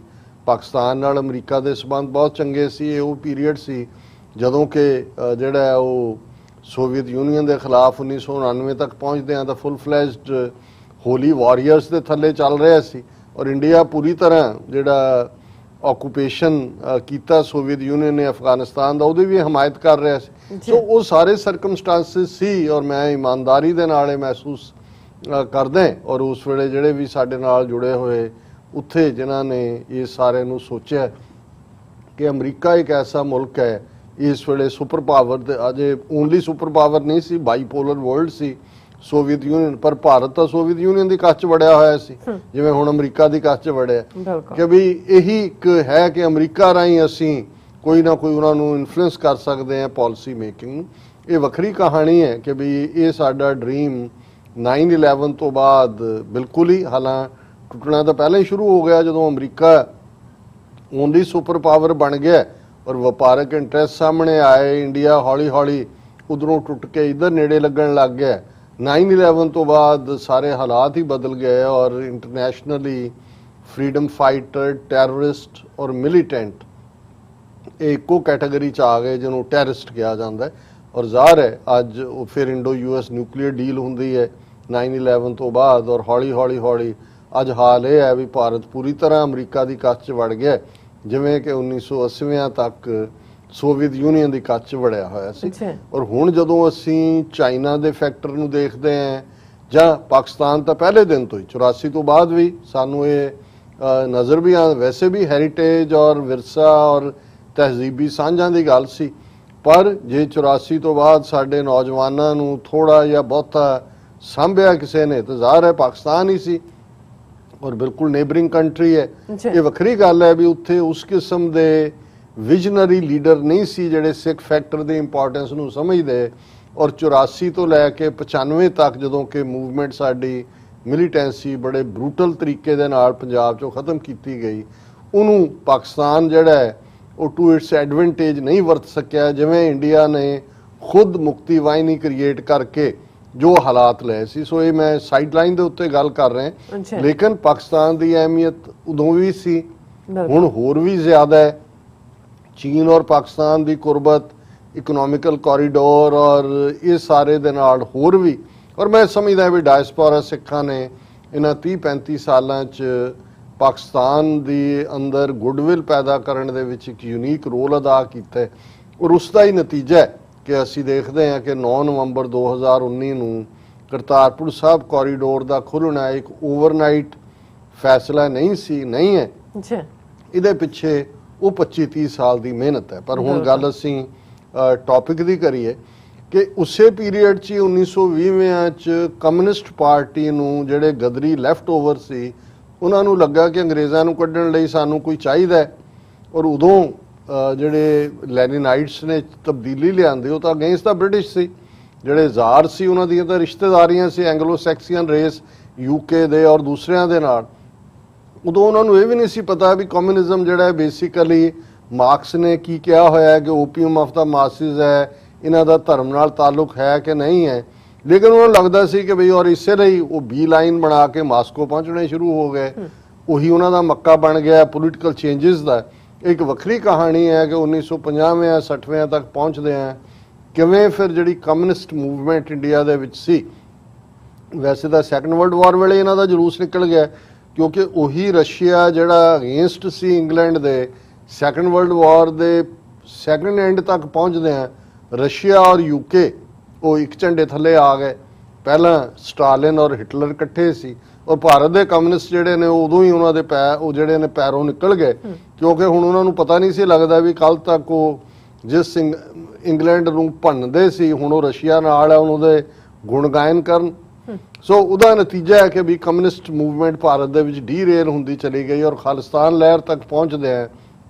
ਜਿਵੇਂ ਬੇਸ਼ਰਮੀ ਨਾਲ ਕਮਿਊਨਿਸਟਾਂ ਨੇ ਇੰਦਰਾ ਗਾਂਧੀ ਦੀ ਸਪੋਰਟ ਕੀਤੀ, ਐਮਰਜੈਂਸੀ ਵੇਲੇ ਵੀ ਇੰਦਰਾ ਗਾਂਧੀ ਦੀ ਸਪੋਰਟ ਕੀਤੀ 84 ਤੋਂ ਬਾਅਦ, ਔਰ ਫਿਰ ਇਹਨਾਂ ਦਾ ਜਿਹੜਾ ਵੱਡਾ ਰੋਲ ਸੀ ਖਾਲਿਸਤਾਨੀ ਲਹਿਰ ਦੇ ਯੋਧਿਆਂ ਨੂੰ ਮਰਵਾਉਣ ਦੇ ਲਈ ਕਿਵੇਂ ਇਹ ਜਿਹੜੇ ਨੇ ਪੁਲਿਸ ਦੇ ਨਾਲ ਵੀ ਆਪਣੀਆਂ ਪ੍ਰਾਈਵੇਟ ਜਿਹੜੇ ਨੇ ਉਹ ਦਹਿਸ਼ਤਗਰਦ ਜਿਹੜੇ ਨੇ ਬਣਾ ਕੇ ਵੀ ਇਹਨਾਂ ਨੇ ਸਿੱਧੀ ਟੱਕਰ ਲਈ। ਸੋ ਸਾਡੇ ਲਈ ਤਾਂ ਇਹ ਪਹਿਲੇ ਦਿਨ ਤੋਂ ਹੀ ਪੰਥ ਦੁਸ਼ਮਣ ਸੀ, ਬਟ ਹੁਣ ਅੱਜ ਹਾਲ ਇਹ ਹੈ ਵੀ ਉਹਨਾਂ ਦੀ ਪਾਰਲੀਮੈਂਟ ਦੇ ਵਿੱਚ ਬਹੁਤ ਘੱਟ ਨੁਮਾਇੰਦਗੀ ਹੈ।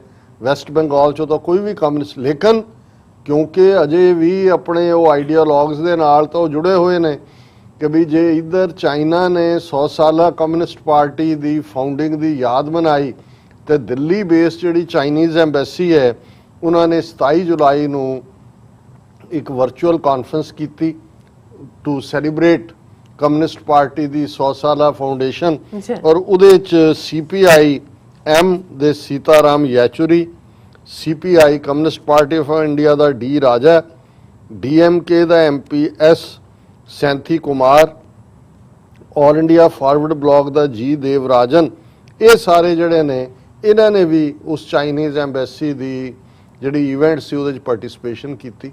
ਸੋ ਜ਼ਾਹਰ ਹੈ ਕਿ ਵੀ ਬੀਜੇਪੀ ਨੂੰ ਤਾਂ ਇਸ ਤੋਂ ਵਧੀਆ ਹੋਰ ਕੀ ਮੌਕਾ ਚਾਹੀਦਾ ਸੀ।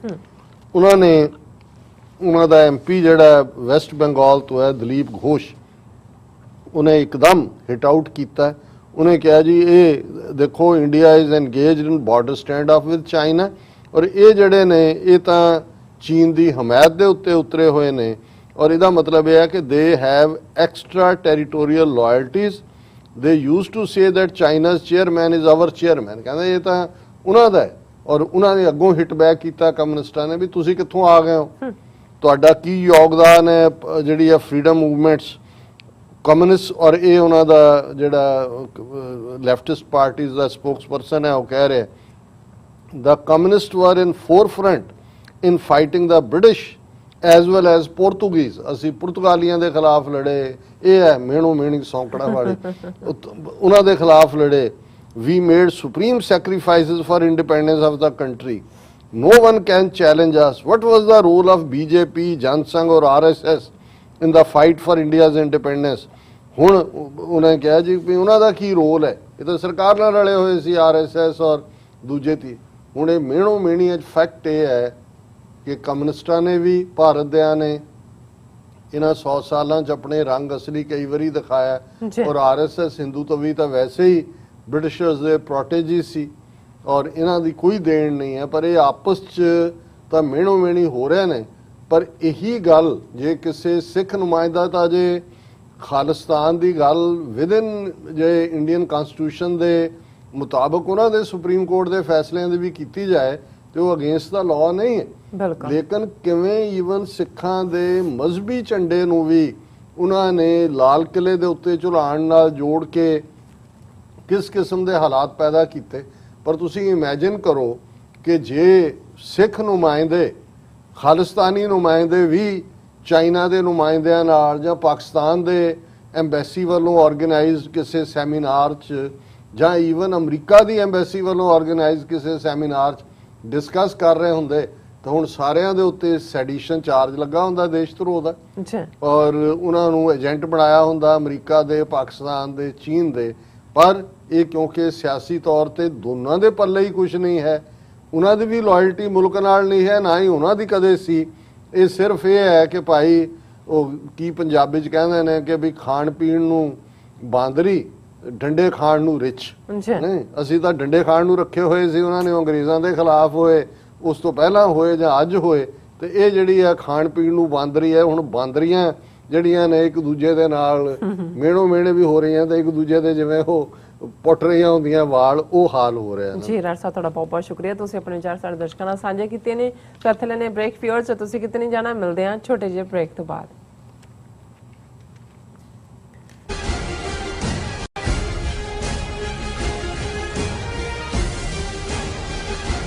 ਕੀ ਤੁਸੀਂ ਰੋਜ਼ਾਨਾ ਕੰਮ ਤੇ ਆਪਣਾ ਵਧੇਰੇ ਸਮਾਂ ਬਿਤਾਉਣ ਤੋਂ ਪਰੇਸ਼ਾਨ ਹੋ?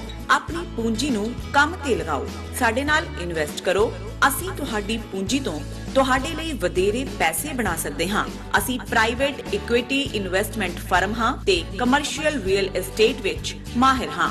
Property management, leasing, asset management, commercial real estate investment ਵਿੱਚ ਸਾਰੀਆਂ ਸੇਵਾਵਾਂ ਲਈ ਅਮਰੀਕਾ ਭਰ ਵਿੱਚੋਂ ਤੁਸੀਂ ਸਾਡੇ ਤੱਕ ਪਹੁੰਚ ਕਰ ਸਕਦੇ ਹੋ।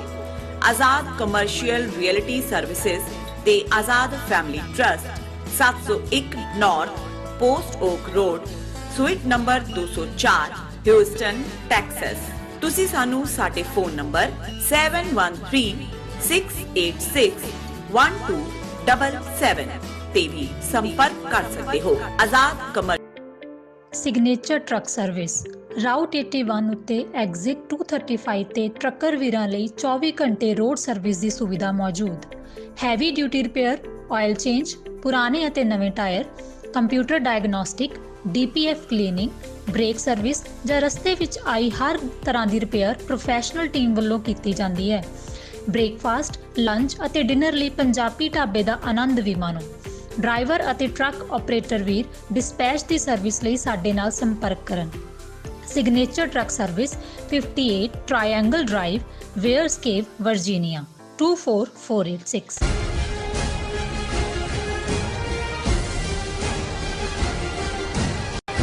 ਦਰਸ਼ਕੋ, ਬ੍ਰੇਕ ਤੋਂ ਬਾਅਦ ਆਪਾਂ ਤੁਹਾਨੂੰ ਸਭ ਨੂੰ ਜੀ ਆਇਆਂ ਕਹਿੰਦੇ ਆ। ਸੋ ਹੁਣ ਆਪਾਂ ਗੱਲਬਾਤ ਕਰਨ ਜਾ ਰਹੇ ਹਾਂ ਕਿ ਪਿਛਲੇ ਦਿਨੀ ਦਰਬਾਰ ਸਾਹਿਬ ਦੇ ਨਾਲ ਲੱਗਦੀਆਂ ਇਮਾਰਤਾਂ ਵਿੱਚ ਖੁਦਾਈ ਦੌਰਾਨ ਇੱਕ ਜ਼ਮੀਨਦੋਜ਼ ਇਮਾਰਤ ਮਿਲੀ ਸੀ, ਜਿਸ ਨੂੰ ਪੁਰਾਤੱਤਵ ਵਿਭਾਗ ਨੇ ਇੱਕ ਵਿਰਾਸਤੀ ਇਮਾਰਤ ਦੱਸਿਆ ਹੈ। ਪਰ ਅਫਸੋਸ ਕਿ ਸ਼੍ਰੋਮਣੀ ਕਮੇਟੀ ਵੱਲੋਂ ਇਹ ਕਿਹਾ ਜਾ ਰਿਹਾ ਹੈ ਕਿ ਇਹ ਇੱਕ ਇਤਿਹਾਸਕ ਇਮਾਰਤ ਨਹੀਂ ਹੈ। ਸੋ ਵਿਊਅਰਸ, ਇਹਨਾਂ ਮੂਰਖਾਂ ਨੂੰ ਕੌਣ ਸਮਝਾਏ ਕਿ ਇਹ ਵਿਰਾਸਤ ਵੀ ਇਤਿਹਾਸ ਜਿੰਨੀ ਅਹਿਮੀਅਤ ਹੀ ਰੱਖਦੀ ਹੈ। ਸੋ ਇਸ ਬਾਰੇ ਆਪਾਂ ਵਿਚਾਰ ਚਰਚਾ ਕਰਨ ਜਾ ਰਹੇ ਹਾਂ।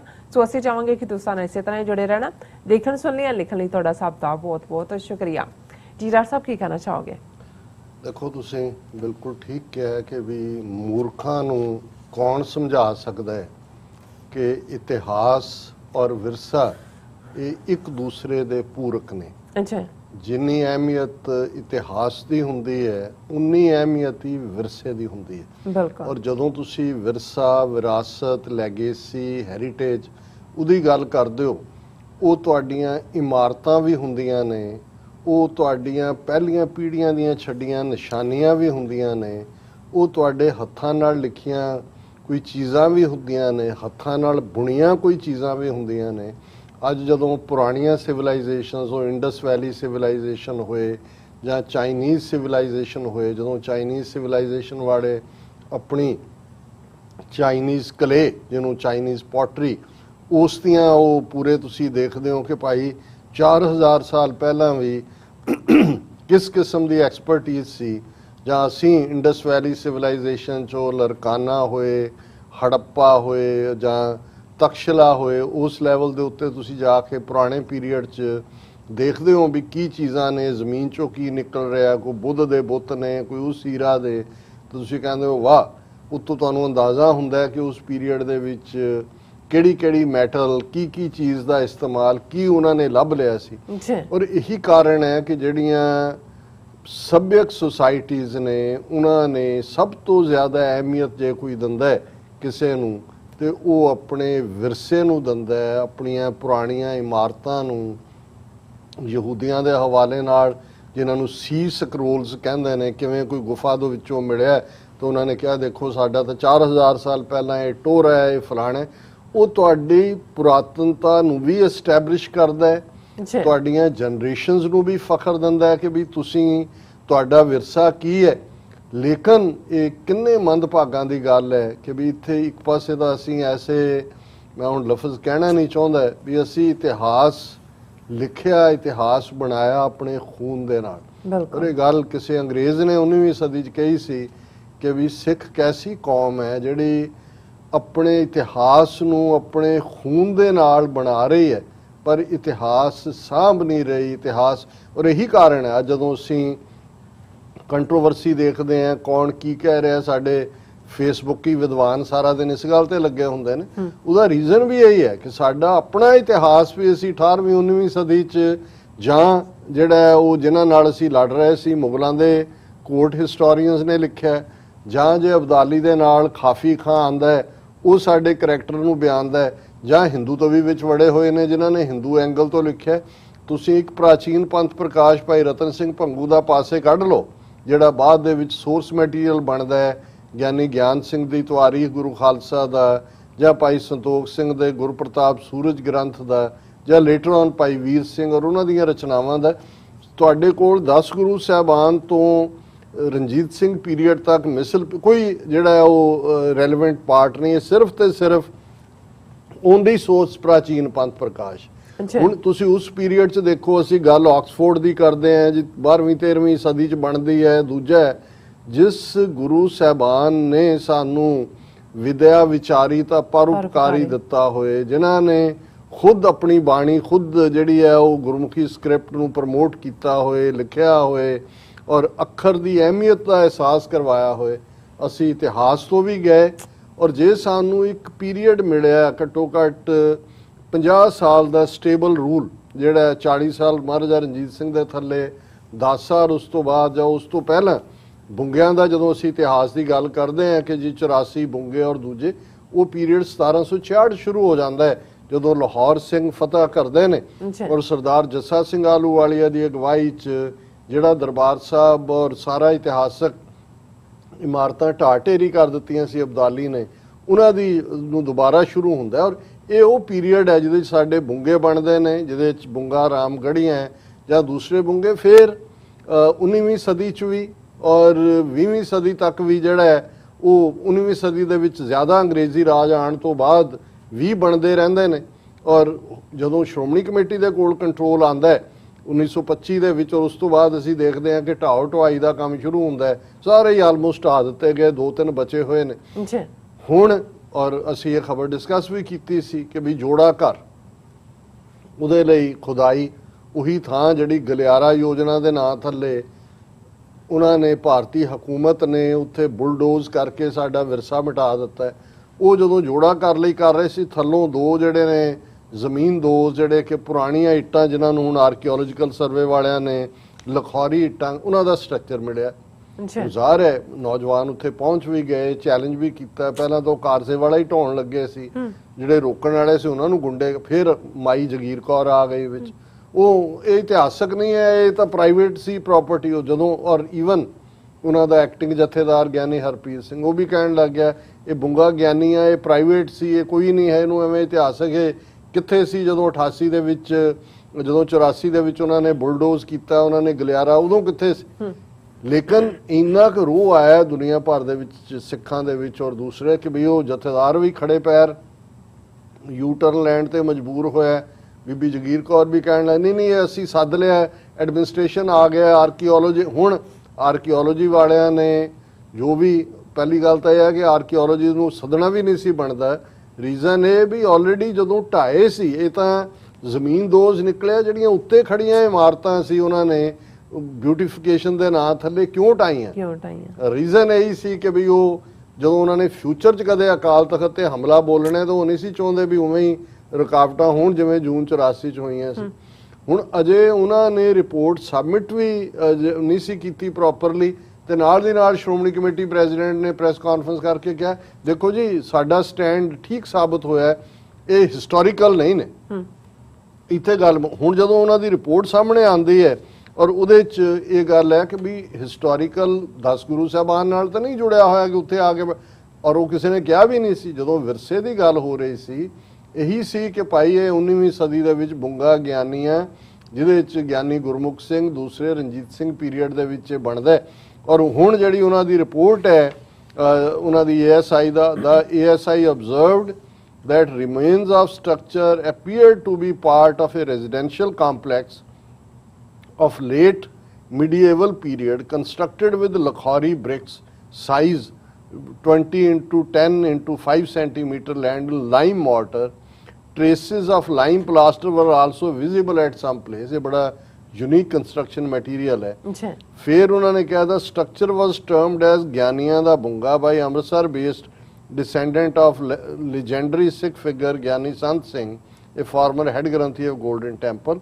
और ਜਿਹੜੇ एक्सपर्ट गुरु नानक देव यूनिवर्सिटी तो आए उन्होंने ये आके कहा कि भाई ये ਜਿਹੜਾ है हैरीटेज ਦਾ ਜਿਹੜਾ ਸਾਡਾ ਇਹ ਸਟੇਟਸ ਰੱਖਦਾ, ਇਹ ਹੈਰੀਟੇਜ ਹੈ, ਦੋ ਇਟਸ ਨਾਟ ਹਿਸਟੋਰੀਕਲ। ਔਰ ਹੁਣ ਇਸ ਸਾਰੇ ਚੋਂ ਜਿਹੜਾ ਸ਼੍ਰੋਮਣੀ ਕਮੇਟੀ ਦੇ ਹੁਣ ਤਾਂ ਆ ਗਿਆ ਕਿ ਜਿੰਨੀ ਨਹੀਂ ਅਸੀਂ ਉਹਨਾਂ ਨੂੰ ਪ੍ਰੀਜ਼ਰਵ ਕਰਾਂਗੇ। ਔਰ ਇਸ ਦੇ ਉੱਤੇ ਕਿਸੇ ਨੇ ਕਮੈਂਟ ਕੀਤਾ ਸੀ ਕਿ ਵੀ ਇਹ ਕਹਿਣਾ ਸ਼੍ਰੋਮਣੀ ਕਮੇਟੀ ਪ੍ਰੈਜ਼ੀਡੈਂਟ ਇਹ ਹਿਸਟੋਰੀਕਲ ਨਹੀਂ ਹੈ, ਇਹ ਵਿਰਾਸਤ ਹੈ। ਉਹਨਾਂ ਨੂੰ ਮੂਰਖਾਂ ਨੂੰ ਪਤਾ ਹੀ ਨਹੀਂ ਹੈ ਕਿ ਵਿਰਾਸਤ ਔਰ ਹਿਸਟਰੀ ਕੀ ਹੈ। ਔਰ ਕਿਸੇ ਨੇ ਕਿਹਾ ਕਿ ਜੇ ਪੁਰਾਤਨ ਵਿਭਾਗ ਪਟਿਆਲੇ 'ਚ ਇਹਦੇ ਅਮਰਿੰਦਰ ਦੇ ਆਲੇ ਦਾ ਭੂਪਾ, ਇਹਦੇ ਦਾਦੇ ਔਰ ਉਹਨਾਂ ਦੇ ਪਿਰਚ ਪਿਆਲੇ ਸਾਂਭ ਕੇ ਰੱਖ ਸਕਦੇ ਨੇ ਜੀ, ਇਹ ਇਤਿਹਾਸਕ ਨੇ, ਤੇ ਚੰਡੀਗੜ੍ਹ ਦੇ ਜਿਹੜੀਆਂ ਮੇਜ਼ ਕੁਰਸੀਆਂ ਪਈਆਂ ਉਹਨਾਂ ਨੂੰ ਹਿਸਟੋਰੀਕਲ ਬਣਾ ਸਕਦਾ ਹੈ। ਤੇ 200 ਸਾਲ ਪੁਰਾਣਾ ਜਿਹੜਾ ਗਿਆਨੀਆਂ ਦਾ ਬੁੰਗਾ ਹੈ, ਜਿਹੜਾ ਤੁਹਾਡਾ ਲਖੌਰੀ ਇੱਟਾਂ ਨਾਲ ਬਣਿਆ ਹੋਇਆ, ਔਰ ਅੱਜ ਵੀ ਉਸੇ ਤਰ੍ਹਾਂ ਲੱਗਦਾ ਹੈ ਜਿਵੇਂ ਹੁਣੇ ਹੀ ਟੀਪ ਕਰਕੇ ਮਿਸਤਰੀ ਬਾਹਰ ਨਿਕਲੇ ਹੋਣ, ਔਰ ਉਹ ਤੁਹਾਨੂੰ ਨਜ਼ਰ ਆਉਂਦਾ ਵੀ ਇਹ ਹਿਸਟੋਰੀਕਲ ਨਹੀਂ ਹੈ। ਸੋ ਮਤਲਬ ਇਹ ਹੈ ਕਿ ਜਦੋਂ ਤੁਸੀਂ ਕੌਮਾਂ ਦੀ, ਮੈਂ ਸਮਝਦਾ ਵੀ ਦੁਰਦਸ਼ਾ ਹੁੰਦੀ ਹੈ, ਉਹਦਾ ਕਾਰਨ ਔਰ ਇਹੀ ਹੁੰਦਾ ਹੈ ਵੀ ਅੱਜ ਇਹ ਜਗੀਰ ਕੌਰ ਸਾਨੂੰ ਲੀਡ ਕਰ ਰਹੀ ਹੈ। ਇਹ ਜਿਹੜੇ ਜਿਹਨੂੰ ਆਪ ਨਹੀਂ ਪਤਾ ਹੈ ਕਿ ਭਾਈ ਇਲ ਦਾ ਨਾਂ ਕੋਕੋ ਹੈ, ਉਹਨੂੰ ਉਹ ਹਿਸਟਰੀ ਦੇ ਵੀ ਐਕਸਪਰਟ ਹੋ ਗਈ, ਹੈਰੀਟੇਜ ਦੇ ਵੀ ਹੋ ਗਈ, ਮਰਡਰਰ ਔਰ ਕ੍ਰਿਮੀਨਲ ਬੈਕਗ੍ਰਾਉਂਡ ਦੇ ਲੋਕ ਔਰ ਬੈਠੇ ਹੋਏ ਨੇ। ਔਰ ਇਹ ਸਾਰੇ ਹੀ ਜਿਹੜਾ ਜੇ ਅਸੀਂ ਅੱਜ ਆਪਣਾ ਹਾਲ ਦੇਖੀਏ, ਇਹਦੇ ਲਈ ਕਾਫੀ ਹੱਦ ਤੱਕ ਅਸੀਂ ਵੀ ਫਿਰ ਜ਼ਿੰਮੇਵਾਰ ਬਣ ਜਾਂਦੇ ਹਾਂ ਕਿ ਅਸੀਂ ਇਹਨਾਂ ਨੂੰ ਜਿਹੜਾ ਇਹਨਾਂ ਦਾ ਰਾਹ ਨਹੀਂ ਦਿਖਾਇਆ ਕਿ ਵੀ ਇਹਨਾਂ ਦੀ ਔਕਾਤ ਕੀ ਹੈ, ਔਰ ਇਹ ਸਾਡੀਆਂ ਸ਼੍ਰੋਮਣੀ ਸੰਸਥਾਵਾਂ ਤੇ ਆ ਕੇ ਬੈਠੇ ਨੇ।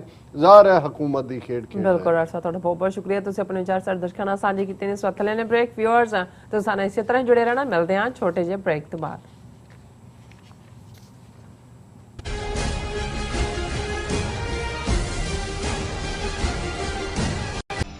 ਕਦੋਂ ਤੱਕ, ਹਾਂ ਕਦੋਂ ਤੱਕ ਅਸੀਂ ਭਾਰਤ ਅਤੇ ਦੁਨੀਆ ਭਰ ਦੇ ਵਿੱਚ ਵਸਦੇ ਸਿੱਖਾਂ ਦੇ ਮਸਲਿਆਂ ਤੇ ਭਾਰਤੀ ਚੈਨਲਾਂ ਦਾ ਝੂਠਾ ਪ੍ਰੋਪੇਗੈਂਡਾ ਬਰਦਾਸ਼ਤ ਕਰਦੇ ਰਹਾਂਗੇ?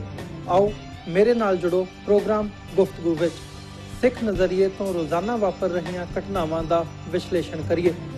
ਲਾਈਵ ਕਾਲਸ ਅਤੇ ਈਮੇਲਸ ਰਾਹੀਂ ਇਸ ਪ੍ਰੋਗਰਾਮ ਦਾ ਹਿੱਸਾ ਬਣੋ। ਮੰਡੇ ਟੂ ਫਰਾਈਡੇ ਰਾਤ 9:30 ਵਜੇ ਸਿਰਫ TV 84 ਤੇ।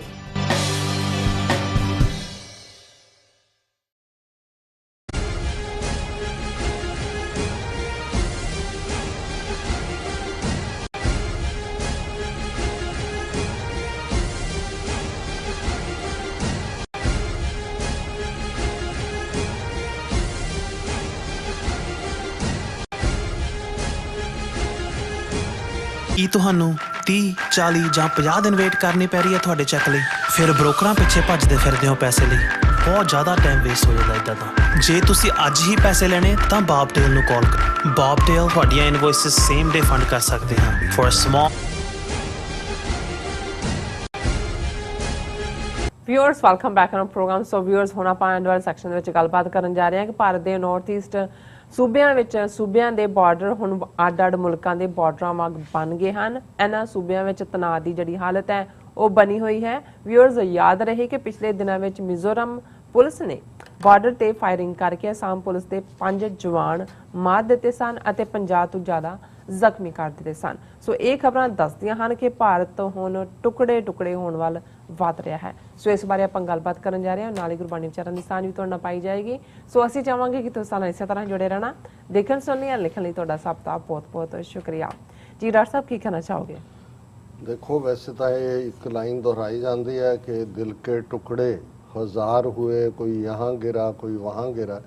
पर जे अज भारत की हालत तुसी देखनी होए तो जो कुछ सोवियत यूनीयन के टुटण तो पहला जां यूगोस्लाविया की हालत देखनी होए टुटण तो पहला, अज भारत दीयां जिहड़ियां 7 नॉर्थ ईस्ट दीयां स्टेटां ने उन्हां दे विच बिल्कुल उही हालात बने ने। तुसी जिक्र कीता है कि पिछले दिनां च किवें जिस किस्म की जंग हुई दोनों दे विच, एक पासे मिजोरम की पुलिस, एक पासे आसाम की, और फायरिंग फुल फ्लैश्ड उन्हां दे 5 जवान जिहड़े ने आसाम पुलिस दे मारे जांदे ने और उन्हां दा IG SP जख्मी हुंदे ने, 50 तो ज़्यादा जख्मी ने। और इस गल नूं असीं मंडे आके डिस्कस कीता सी मिशिगन तो जिद्दन असीं आए। अज असीं लास्ट प्रोग्राम फ्राइडे दा कर रहे हैं और बराबर टेंशन बनी हुई है।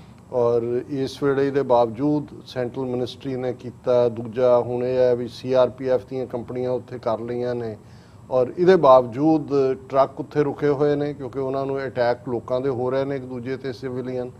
आसाम की गवर्नमेंट ने एडवाइजरी दी है कि भाई मेघालय की जिहड़ी है तुसीं उहदे च मत जाओ मिजोरम की हद च। ਹੁਣ दिलचस्प गल यह है कि भी असी अगे भी जिक्र किया कि सिर्फ 2 स्टेटां नॉर्थ ईस्ट ਦੀਆਂ 7 स्टेटां ने, उन्हां चों मणिपुर और त्रिपुरा ये 2 स्टेटां ने जिन्हां दा बॉर्डर आसाम नाल नहीं लगदा। बाकी जिहड़ियां 5 स्टेटां ने जिन्हां च आसाम, नागालैंड, मिजोरम, अरुणाचल प्रदेश और मेघालय, इन्हां दे बॉर्डर ਉਹ ਅਸਾਮ ਚੋਂ ਹੀ ਨਿਕਲੀਆਂ ਨੇ, 4 ਅਸਾਮ ਚੋਂ ਨਿਕਲੀਆਂ। ਔਰ ਹੁਣ ਜਿਸ ਕਿਸਮ ਦਾ, ਔਰ ਇਹ ਬੀਜੇਪੀ ਜਾਂ ਸਿੱਧਾ ਰੂਲ ਹੈ, ਜਿਵੇਂ ਅਸਾਮ ਦੇ ਵਿੱਚ ਬੀਜੇਪੀ ਦਾ ਚੀਫ ਮਿਨਿਸਟਰ ਹੈ ਔਰ ਇਸ ਦੇ ਵਿੱਚ ਮਿਜ਼ੋਰਮ ਦੇ ਵਿੱਚ ਬੀਜੇਪੀ ਸਰਕਾਰ ਦਾ ਹਿੱਸਾ ਹੈ। ਲੇਕਿਨ ਕਿਉਂਕਿ ਕਬੀਲਿਆਂ ਦੀ ਆਪਣੀ ਹਿਸਟਰੀ ਹੈ, ਤੁਸੀਂ ਇੱਧਰ ਲਾਈਨ ਖਿੱਚਦੇ ਹੋ, ਉੱਧਰ ਲਾਈਨ ਖਿੱਚਦੇ ਹੋ, ਜਿਵੇਂ ਅੰਗਰੇਜ਼ਾਂ ਨੇ ਖਿੱਚੀਆਂ ਸੀ, ਉਹਦੇ ਨਾਲ ਤਾਂ ਤੁਸੀਂ ਕੋਈ ਲਾਇਲਟੀ ਨਹੀਂ ਬਦਲ ਸਕਦੇ ਲੋਕਾਂ ਦੀ। ਔਰ ਇਸ ਵੇਲੇ ਹਾਲਾਤ ਇੰਨੇ ਐਕਸਪਲੋਸਿਵ ਨੇ, ਜਿਵੇਂ ਅਸੀਂ ਐਡਵਾਈਜ਼ਰੀ ਦੀ ਗੱਲ ਕੀਤੀ, ਈਵਨ ਜਿਹੜਾ ਬੀਜੇਪੀ ਦਾ MP ਹੈ ਮੇਘਾਲਿਆ ਤੋਂ, ਉਹਨੇ ਲਿਖੀ ਹੈ ਚਿੱਠੀ ਮੋਦੀ ਨੂੰ। Meghalaya MP writes to PM says interstate border road taken aggressive turn under BJP government in Assam। ਕਿ ਜਦੋਂ ਦੀ BJP ਦੀ ਹਕੂਮਤ ਬਣੀ ਹੈ ਅਸਾਮ 'ਚ, ਇਹ ਹੋਰ ਵੀ ਐਗਰੈਸਿਵ ਹਾਲਾਤ ਬਣ ਚੁੱਕੀ ਹੈ। ਔਰ ਇਹ ਜਿਹੜੀ ਹੈ ਹਾਲਾਤ ਇਹ ਹੈ ਕਿ Assam Mizoram border organised blockade on border ends but truckers refuse to move. ਉਹਨਾਂ ਨੇ ਕਿਹਾ ਜੀ ਅਸੀਂ ਨਹੀਂ ਜਾਣਾ ਹੈ, ਸਾਡੇ ਤੇ ਤਾਂ ਹਮਲੇ ਹੋ ਰਹੇ ਨੇ। ਹੁਣ ਇਹ ਗੱਲ ਆਪਣੇ ਆਪ 'ਚ ਦੱਸਦੀ ਹੈ। ਔਰ ਇੱਕ ਪਾਸੇ ਜਦੋਂ ਅਸੀਂ ਚਾਈਨਾ ਦੇ ਹਵਾਲੇ ਨਾਲ ਗੱਲ ਕਰ ਰਹੇ ਹਾਂ ਕਿ ਵੀ ਨਾਰਥ ਈਸਟ ਦੀਆਂ ਇਹ 7 ਸਟੇਟਾਂ ਜਿਨ੍ਹਾਂ 'ਚ 2 ਇੰਡੀਪੈਂਡੈਂਟ ਔਰ ਉਹ ਆਪਣੀ ਉਹਨਾਂ ਦੀ ਫਰੀडम ਮੂਵਮੈਂਟ ਰਹੀ ਹੈ, ਮਨੀਪੁਰ 'ਚ ਹੁਣ ਤੱਕ ਵੀ ਹੈ। ਔਰ ਇਹੀ ਹਾਲ ਤ੍ਰਿਪੁਰਾ 'ਚ ਤਾਂ ਵੈਸੇ ਹੀ ਬੰਗਾਲ ਬੇਸਡ ਮੈਜੋਰਿਟੀ ਹੈ, ਬੰਗਾਲੀਆਂ ਦੀ, ਬੰਗਾਲੀ ਮੁਸਲਮਾਨ ਜ਼ਿਆਦਾ ਨੇ। ਔਰ ਵਿਚਾਲੇ ਅਸਾਮ ਦੀ ਉਹੀ ਸਿਲੀਗੁੜੀ ਲਾਈਨ ਜਿਹਨੂੰ ਚਿਕਨ ਨੈਕ ਕਹਿੰਦੇ ਨੇ। ਹੁਣ ਚਾਈਨਾ ਨਾਲ ਜਿਸ ਲੈਵਲ ਦਾ ਪੰਗਾ ਇੰਡੀਆ ਨੇ ਲੈ ਲਿਆ ਅਮਰੀਕਾ ਦੇ ਕੱਛ 'ਚ ਵੜ ਕੇ, ਹੁਣ ਤਾਂ ਇਹ ਚਾਈਨਾ ਦੇ ਲਈ ਕੰਮ ਸੌਖਾ ਹੋ ਗਿਆ। ਔਰ ਇਹ ਵੀ ਜਿਹੜੀ ਉਹਨਾਂ ਦੀ ਰਿਬੈਲੀਅਨ ਖੜੀ ਹੋਈ ਹੈ ਜਾਂ ਇੱਕਦਮ ਮੀਜ਼ੋ ਇੰਨੇ ਕ ਆ ਗਿਆ ਕਿ ਵੀ ਉਹਨਾਂ ਨੇ ਅਸਾਮੀਆਂ ਨੂੰ ਜਿਹੜਾ ਉਹ ਡਾਇਰੈਕਟਲੀ ਹਥਿਆਰਬੰਦ ਕੀਤਾ, ਉਹ ਵੀ ਸਮਝਦੇ ਨੇ ਵੀ ਬੈਕ ਕਿੱਥੇ ਲਾਈਕ। ਜੇ ਅਸੀਂ ਹੋਪਫੁਲ ਹੈ ਕਿ ਭਾਈ ਐਮਰਜੈਂਸ ਆਫ ਚਾਈਨਾ ਜਾਂ ਐਮਰਜੈਂਸ ਪਾਕਿਸਤਾਨ ਦੀ ਜਾਂ ਉਹ ਸਾਰੀ ਸਾਡੀ ਆਜ਼ਾਦੀ ਖਾਲਿਸਤਾਨ ਦੇ ਨੂੰ ਨੇੜੇ ਲਿਆਂਦੀ ਹੈ, ਤੇ ਇਹ ਤਾਂ ਮਜਬੂਰੀ ਵਸ ਫਸੇ ਹੋਏ ਸੀ ਉਹਨਾਂ ਦੇ ਨਕਸ਼ੇ ਦੇ ਵਿੱਚ। ਉਹਨਾਂ ਨੂੰ ਵੀ ਨਜ਼ਰ ਆਉਂਦਾ ਵੀ ਸਾਡੀ ਫਰੀडम ਕਰੀਬ ਹੈ। ਸੋ ਅਸੀਂ ਸਮਝਦੇ ਹਾਂ ਕਿ ਇਹ ਵੀ ਜਿਹੜਾ ਹੈ ਉਸ ਪਾਸੇ ਵਾਲੀ ਵੱਧ ਰਿਹਾ ਭਾਰਤ, ਜੋ ਹਾਲ ਯੂਗੋਸਲਾਵੀਆ ਔਰ ਸੋਵੀਅਤ ਯੂਨੀਅਨ ਦਾ ਹੋਇਆ ਸੀ।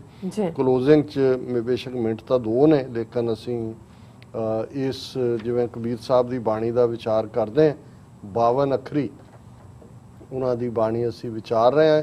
ਔਰ 2 ਸ਼ਲੋਕ ਤੀਸਰਾ ਔਰ ਚੌਥਾ ਅੱਜ ਦੀ ਵਿਚਾਰ ਲਈ ਨੇ। ਅੱਲਾਹ ਲਹੋ ਤੋ ਕਿਆ ਕਹੋ, ਕਹੋ ਤਾਂ ਕੋ ਉਪਕਾਰ, ਬਟਕ ਬੀਜ ਮੈਂ ਰਵ ਰਹੋ, ਜਾਂ ਕੋ 3 ਲੋਕ ਵਿਸਥਾਰ। ਅੱਲਾਹ ਲਹੰਤਾ ਭੇਦ ਛੈ, ਕਛ ਕਛ ਪਾਇਓ ਭੇਦ, ਉਲਟ ਭੇਦ ਮਨ ਬੇਦਿਓ, ਪਾਇਓ ਅਪੰਗ ਅੱਛੇ। ਹੁਣ ਇਹ ਵੀ ਉਹੀ ਜਿਹੜਾ ਪਹਿਲਾ ਭਾਵ ਦੀ ਕੰਟੀਨਿਊਟੀ ਸੀ ਕਿ ਇੱਕ ਤੁਹਾਡੇ ਅੰਦਰ ਤੜਫ ਹੁੰਦੀ ਹੈ, ਵੈਰਾਗ ਹੁੰਦਾ ਹੈ, ਬਿਰਹਾ ਹੁੰਦੀ ਹੈ ਰੱਬ ਨੂੰ ਮਿਲਣ ਦੀ। ਬਿਲਕੁਲ। ਪਰ ਜਦੋਂ ਤੁਸੀਂ ਮਿਲ ਲੈਂਦੇ ਹੋ, ਰੱਬ ਦੇ ਨਾਲ ਤੁਹਾਡੀ ਕੁਰਬਤ ਹੁੰਦੀ ਹੈ, ਫਿਰ ਤੁਹਾਡੇ ਕੋਲ ਉਹ ਲਫ਼ਜ਼ ਹੀ ਨਹੀਂ ਹੁੰਦੇ ਵੀ ਤੁਸੀਂ ਕੀ ਬਿਆਨੋ। ਕੋਈ ਤੁਹਾਨੂੰ ਪੁੱਛੇ ਵੀ ਤੁਹਾਨੂੰ ਕੀ ਮਿਲਿਆ, ਉਹਨੂੰ ਵੀ ਕਬੀਰ ਸਾਹਿਬ ਨੇ ਫਰਮਾਇਆ ਕਿ ਕਹੋ ਕਬੀਰ ਗੂੰਗੇ ਗੁੜ ਖਾਇਆ, ਪੁੱਛੇ ਤੇ ਕਿਆ ਕਹੀਏ।